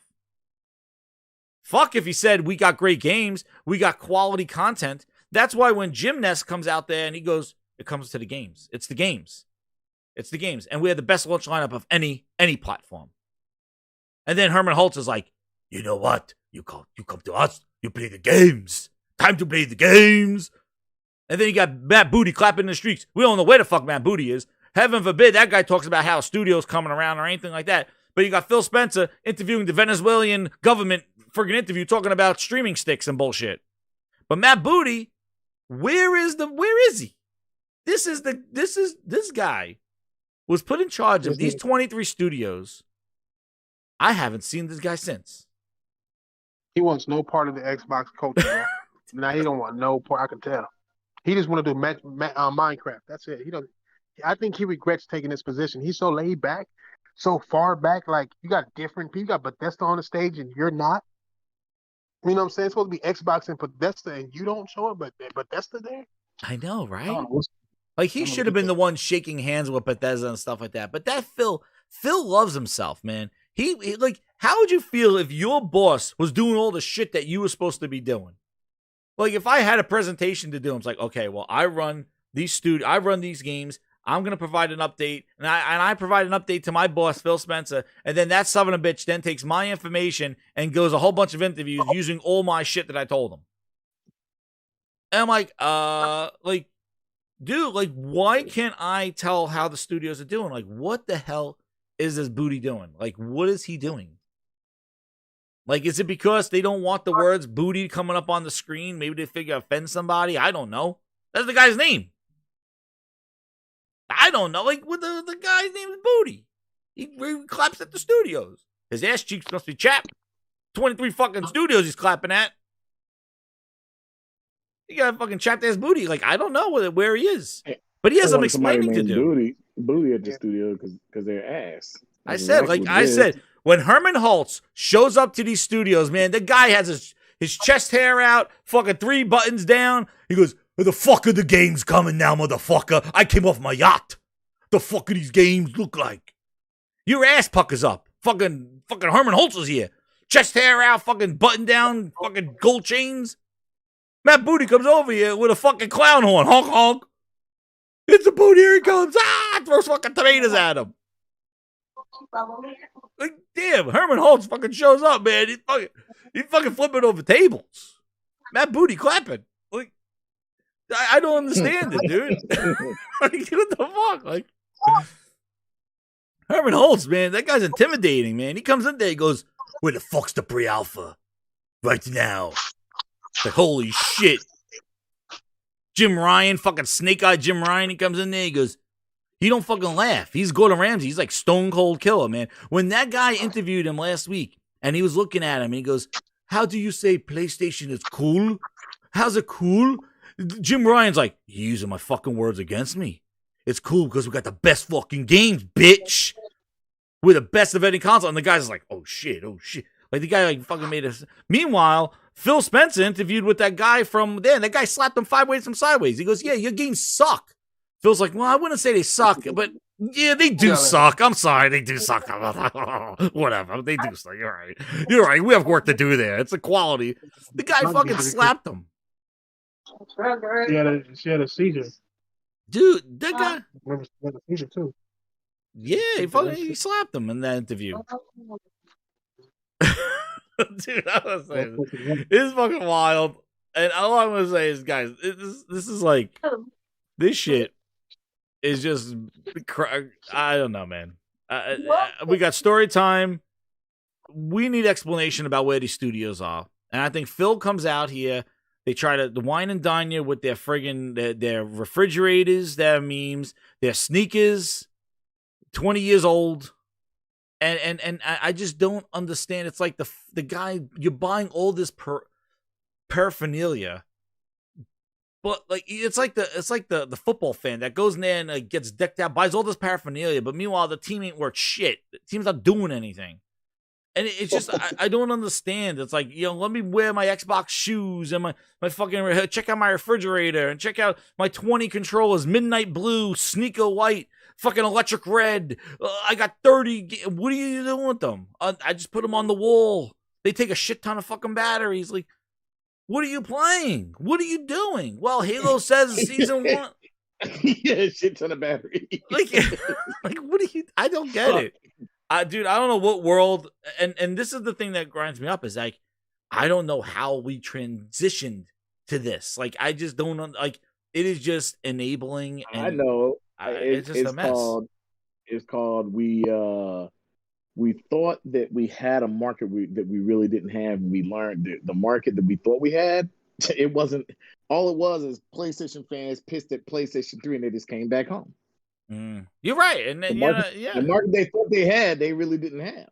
You're right. They couldn't grasp onto that market. They brought them over there. PlayStation guys went over there thinking that this is where it goes. Yeah. People also got to remember that something else happened during the PlayStation 3 and 360 era. I don't know if people realize that. A lot of the games that were only on Sony's PlayStation platform became multi-plat. Fucking that Tekken, was the big deal. That was the big deal, getting that, yeah. Cry, Resident Evil, like all these games that we knew Sony PlayStation for, because you can't tell me anybody doesn't know, like Final Fantasy, Resident Evil, Devil May Cry, Tekken, that's known for PlayStation. When that shit went multiplayer, it was like, what? It's on Xbox and PlayStation? I meant Final Fantasy. That was a big deal. Like Final Fantasy, yeah. Like one more thing. What's his name used to trot out Kojima like it was a friggin' puppet. Man, what's his name? Oh my God, Don Matrick. He's like, and here's Kojima, and he'll come out with his goofy ass smile. Don Matrick will be like that goofy ass smile, like, look what I got. I got Kojima on stage with me. We're going back to the days where you're going to see these games primarily on two consoles, and it might be on a Switch, and it might be on a PlayStation, and it may come to Xbox maybe years and years and years later, but it's just not going to be there day one, because they're like, what's the point? When they want us to put it in Game Pass, because they know that their consumer base is not going to buy this type of game. So we're not going to put it on Game Pass because we lose too much money. So the next Final Fantasy game, yeah, it'll be exclusive for PlayStation for at least a year or two. Yeah, they went backwards. Come to Xbox, but there's a reason for that. Like, I know it. Yeah. And this is why I say Game Pass is provocative, and it's acceptable to the people who are there in that ecosystem. But to some of these developers and these publishers, they don't want really a lot to do with it for their big titles, because they're like, we know we can make money. When you say Final Fantasy and it's coming to PlayStation, that shit's going to sell. But if you said Xbox Game Pass, they're like, yo, people aren't going to buy it. It's going to be in Game Pass. We're losing money. We got to sell this shit first. Like Forspoken, it comes to PlayStation and it may come to PC and Xbox later, but we need to sell the shit out of this game. And if it's critically acclaimed, great. That means it can do an even bigger deal with Game Pass when it comes to Xbox. But at this point, what's the incentive for Square to put any of their games, like their Final Fantasy games, on Game Pass day and date? There's no incentive. Like it doesn't. No, but you're right. We kind of went backwards. Like the three, and this is the thing that messed me up. It's like the 360 did such a job in trying to establish Microsoft as a competitive or just as an equal brand. In fact, that they're trying to get some games day and date that Sony were traditionally exclusive to kind of come back and be like, well, guess what? Final Fantasy is exclusive back to PlayStation, bitch. Good. You had your chance. Like, I just don't understand. We're regressing. And that's my biggest problem. That's always why I do this. It's like Halo regressed. Everything is regressing But meanwhile, people are saying that that Microsoft is back. Phil Spencer turned it around. Dude, he turned it around and drove the shit off a fucking cliff. Like, we're going backwards. We should be celebrating 20 years of Xbox doing... We're celebrating 20 years with no fucking game. With Halo devolved. What are we doing? And the last thing, just to bring this around back to the Avowed topic, right as we're wrapping this up, I'll shout out to Sick. I think Sick had to head out. Thank you so much, Sick, for coming on. You know, I appreciate it. So, the end of this whole article about this Avowed story, and again, I really would love to see what he saw, and hopefully when this thing gets shown, if it does get shown at the Game Awards, we get to see more of Avowed, because that's all I want to see. I just want to see gameplay of these games that they announced, to show progression, to show that these games are real, because all we saw were title screens. You know, people are like, well, Wolverine was a title screen. Dude, I just played Spider-Man and Ratchet from the same studio, and Spider-Man 2, which they showed actual game. There wasn't a title screen. Or like what concept of the game. And then on top of that, you hear that a lot of these games, not just one studio. This is not just like, oh, let's pick on Obsidian. Obsidian, I think, is probably one of their better studios.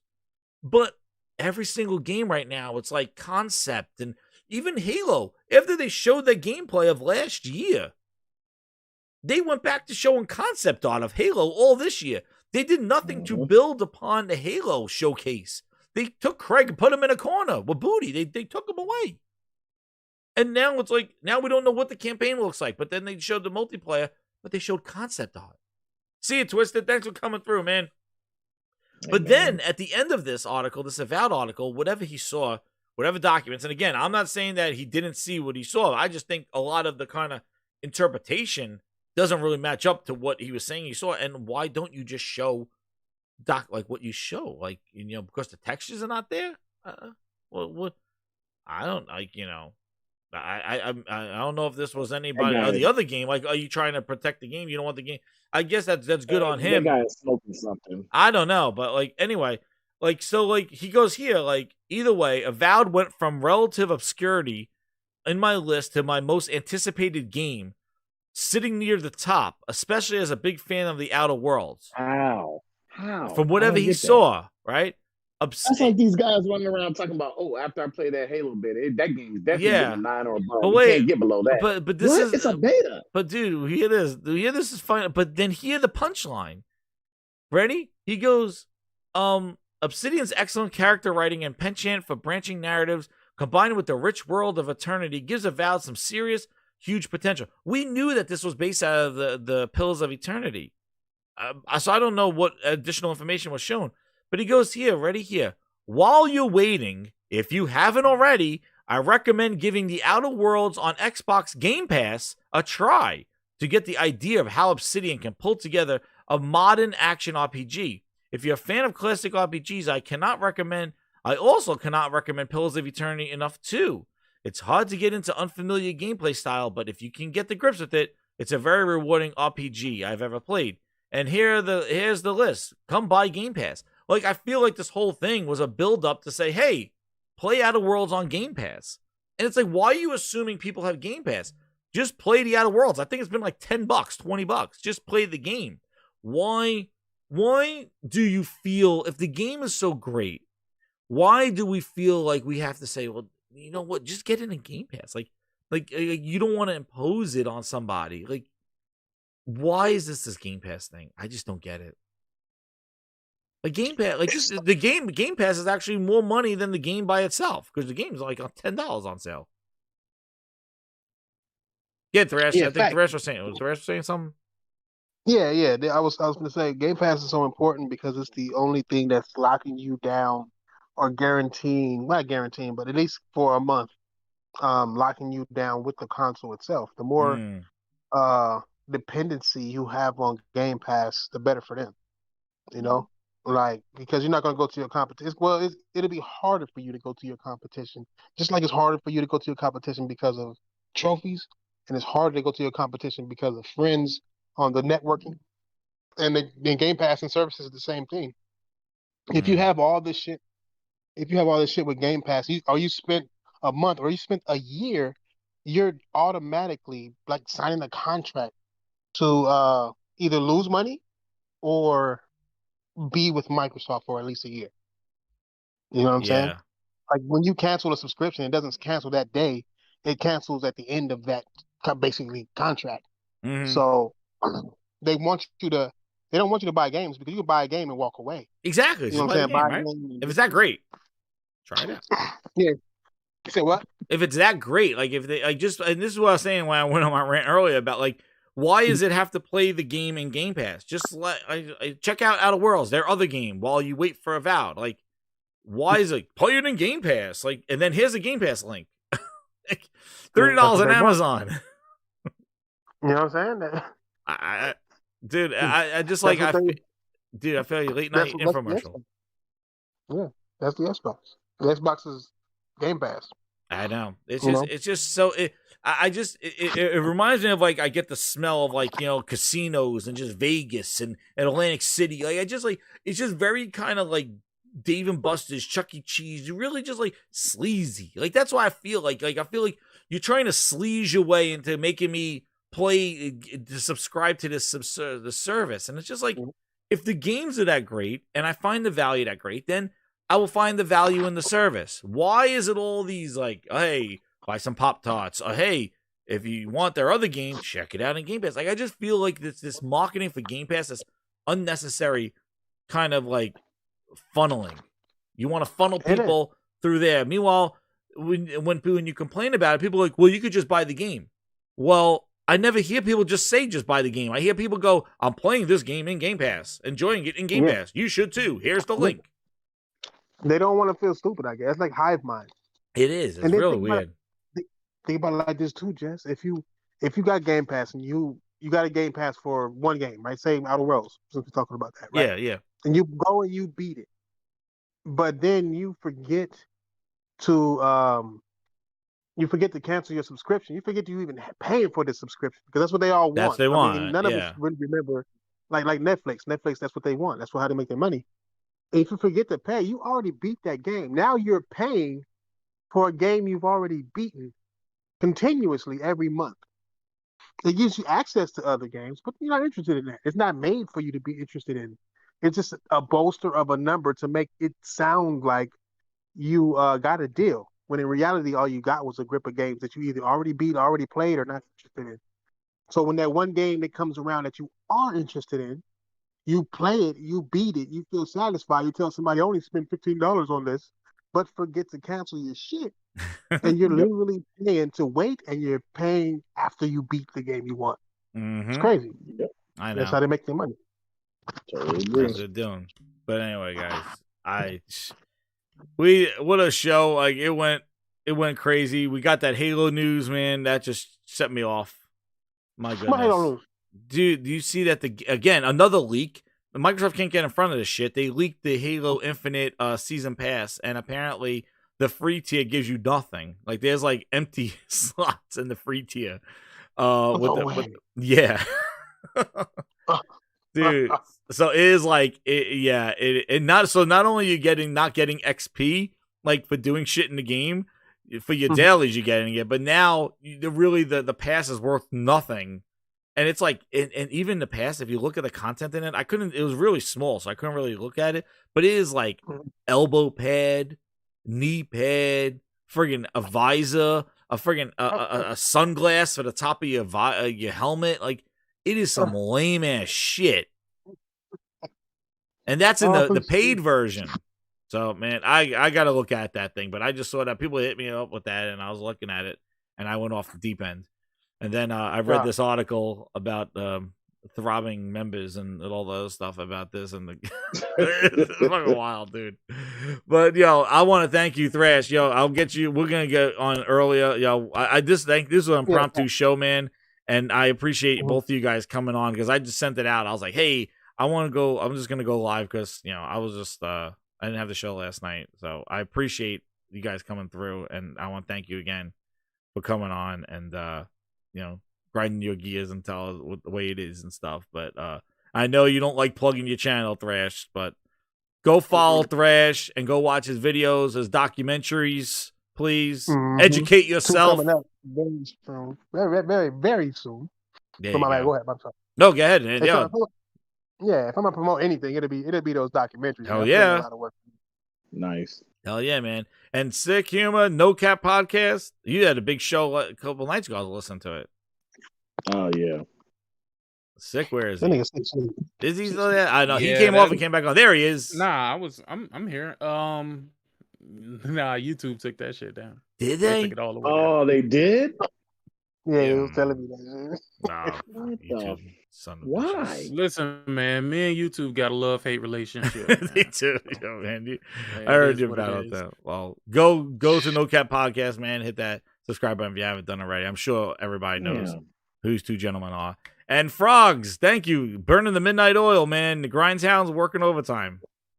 Oh man, I'm still up downloading games back to my PS5, man. So, Oh yeah, because you got the digital. Yeah. That you felt yeah. So I'm you- downloading all the games.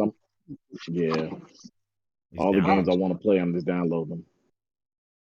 Did I you? gotta put my M.2 in. I didn't even put my M.2 in. I should have put that in first. Yeah, you should. Yeah, because you had to put it in there. Did you remember that little Yeah. thing that Yep. for some Yep, the reason spacer. Sick? I don't know. Some reason your comment just like completely keeps spamming my thing. Like every time I open up my YouTube studio, it's always Sick's comment that just for some reason sitting there going, "You forgot the metal piece for the M.2 drive," and I'm like, this comment is like it's just haunting me. it's like always in my mentions. Like every time I click onto the thing, it's just like this comment won't go away, and I'm like, I responded to it. Sick had some sort of freaking him and YouTube, man. He probably used his leverage there and just said, "Yo, just pin this shit to like his like freaking account."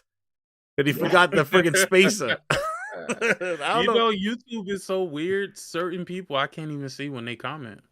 Yeah, right. It's Like yeah, I it can is weird. see them through OBS. I can see them through OBS because OBS, it opens up a chat window. It's almost like you're not signed in. But if I look through like YouTube, the actual YouTube window, I can't see a single thing that they write. It's some weird Wow. shit, man. It's weird. Yeah. Man. I go into my thing and it's like 6 humans. You forgot the spacer. I'm like, oh shit. I've been reminded. It's like haunted me. That's hilarious. But thank you. Yes, I remember. Frog, so you remember the spacer, right? Because everybody says M.2 drives. Yeah. I'm gonna tell them remember the spacer because I forgot the spacer. I had to go back to school 2 more years after my 4-year degree for that. Fucking ridiculous. But shout out to you guys. Thank you so much for coming in. Thank you, grinders and new VIP grinders, and definitely spam those emojis. And Bootleg Joel now is a new addition for the VIP grinders. We put them in there. Bootleg. We got them in the 1-by-1 ratio. And yeah, hit that like button, hit that subscribe button, share out the video for the impromptu show tonight. Thank you so much, everybody, and good night, Gaming Grindhouse. We'll close up for this evening and be back. Stick locked to this channel. Might be more stuff coming. Thank you again, everybody. Good night. Yeah, I'm taking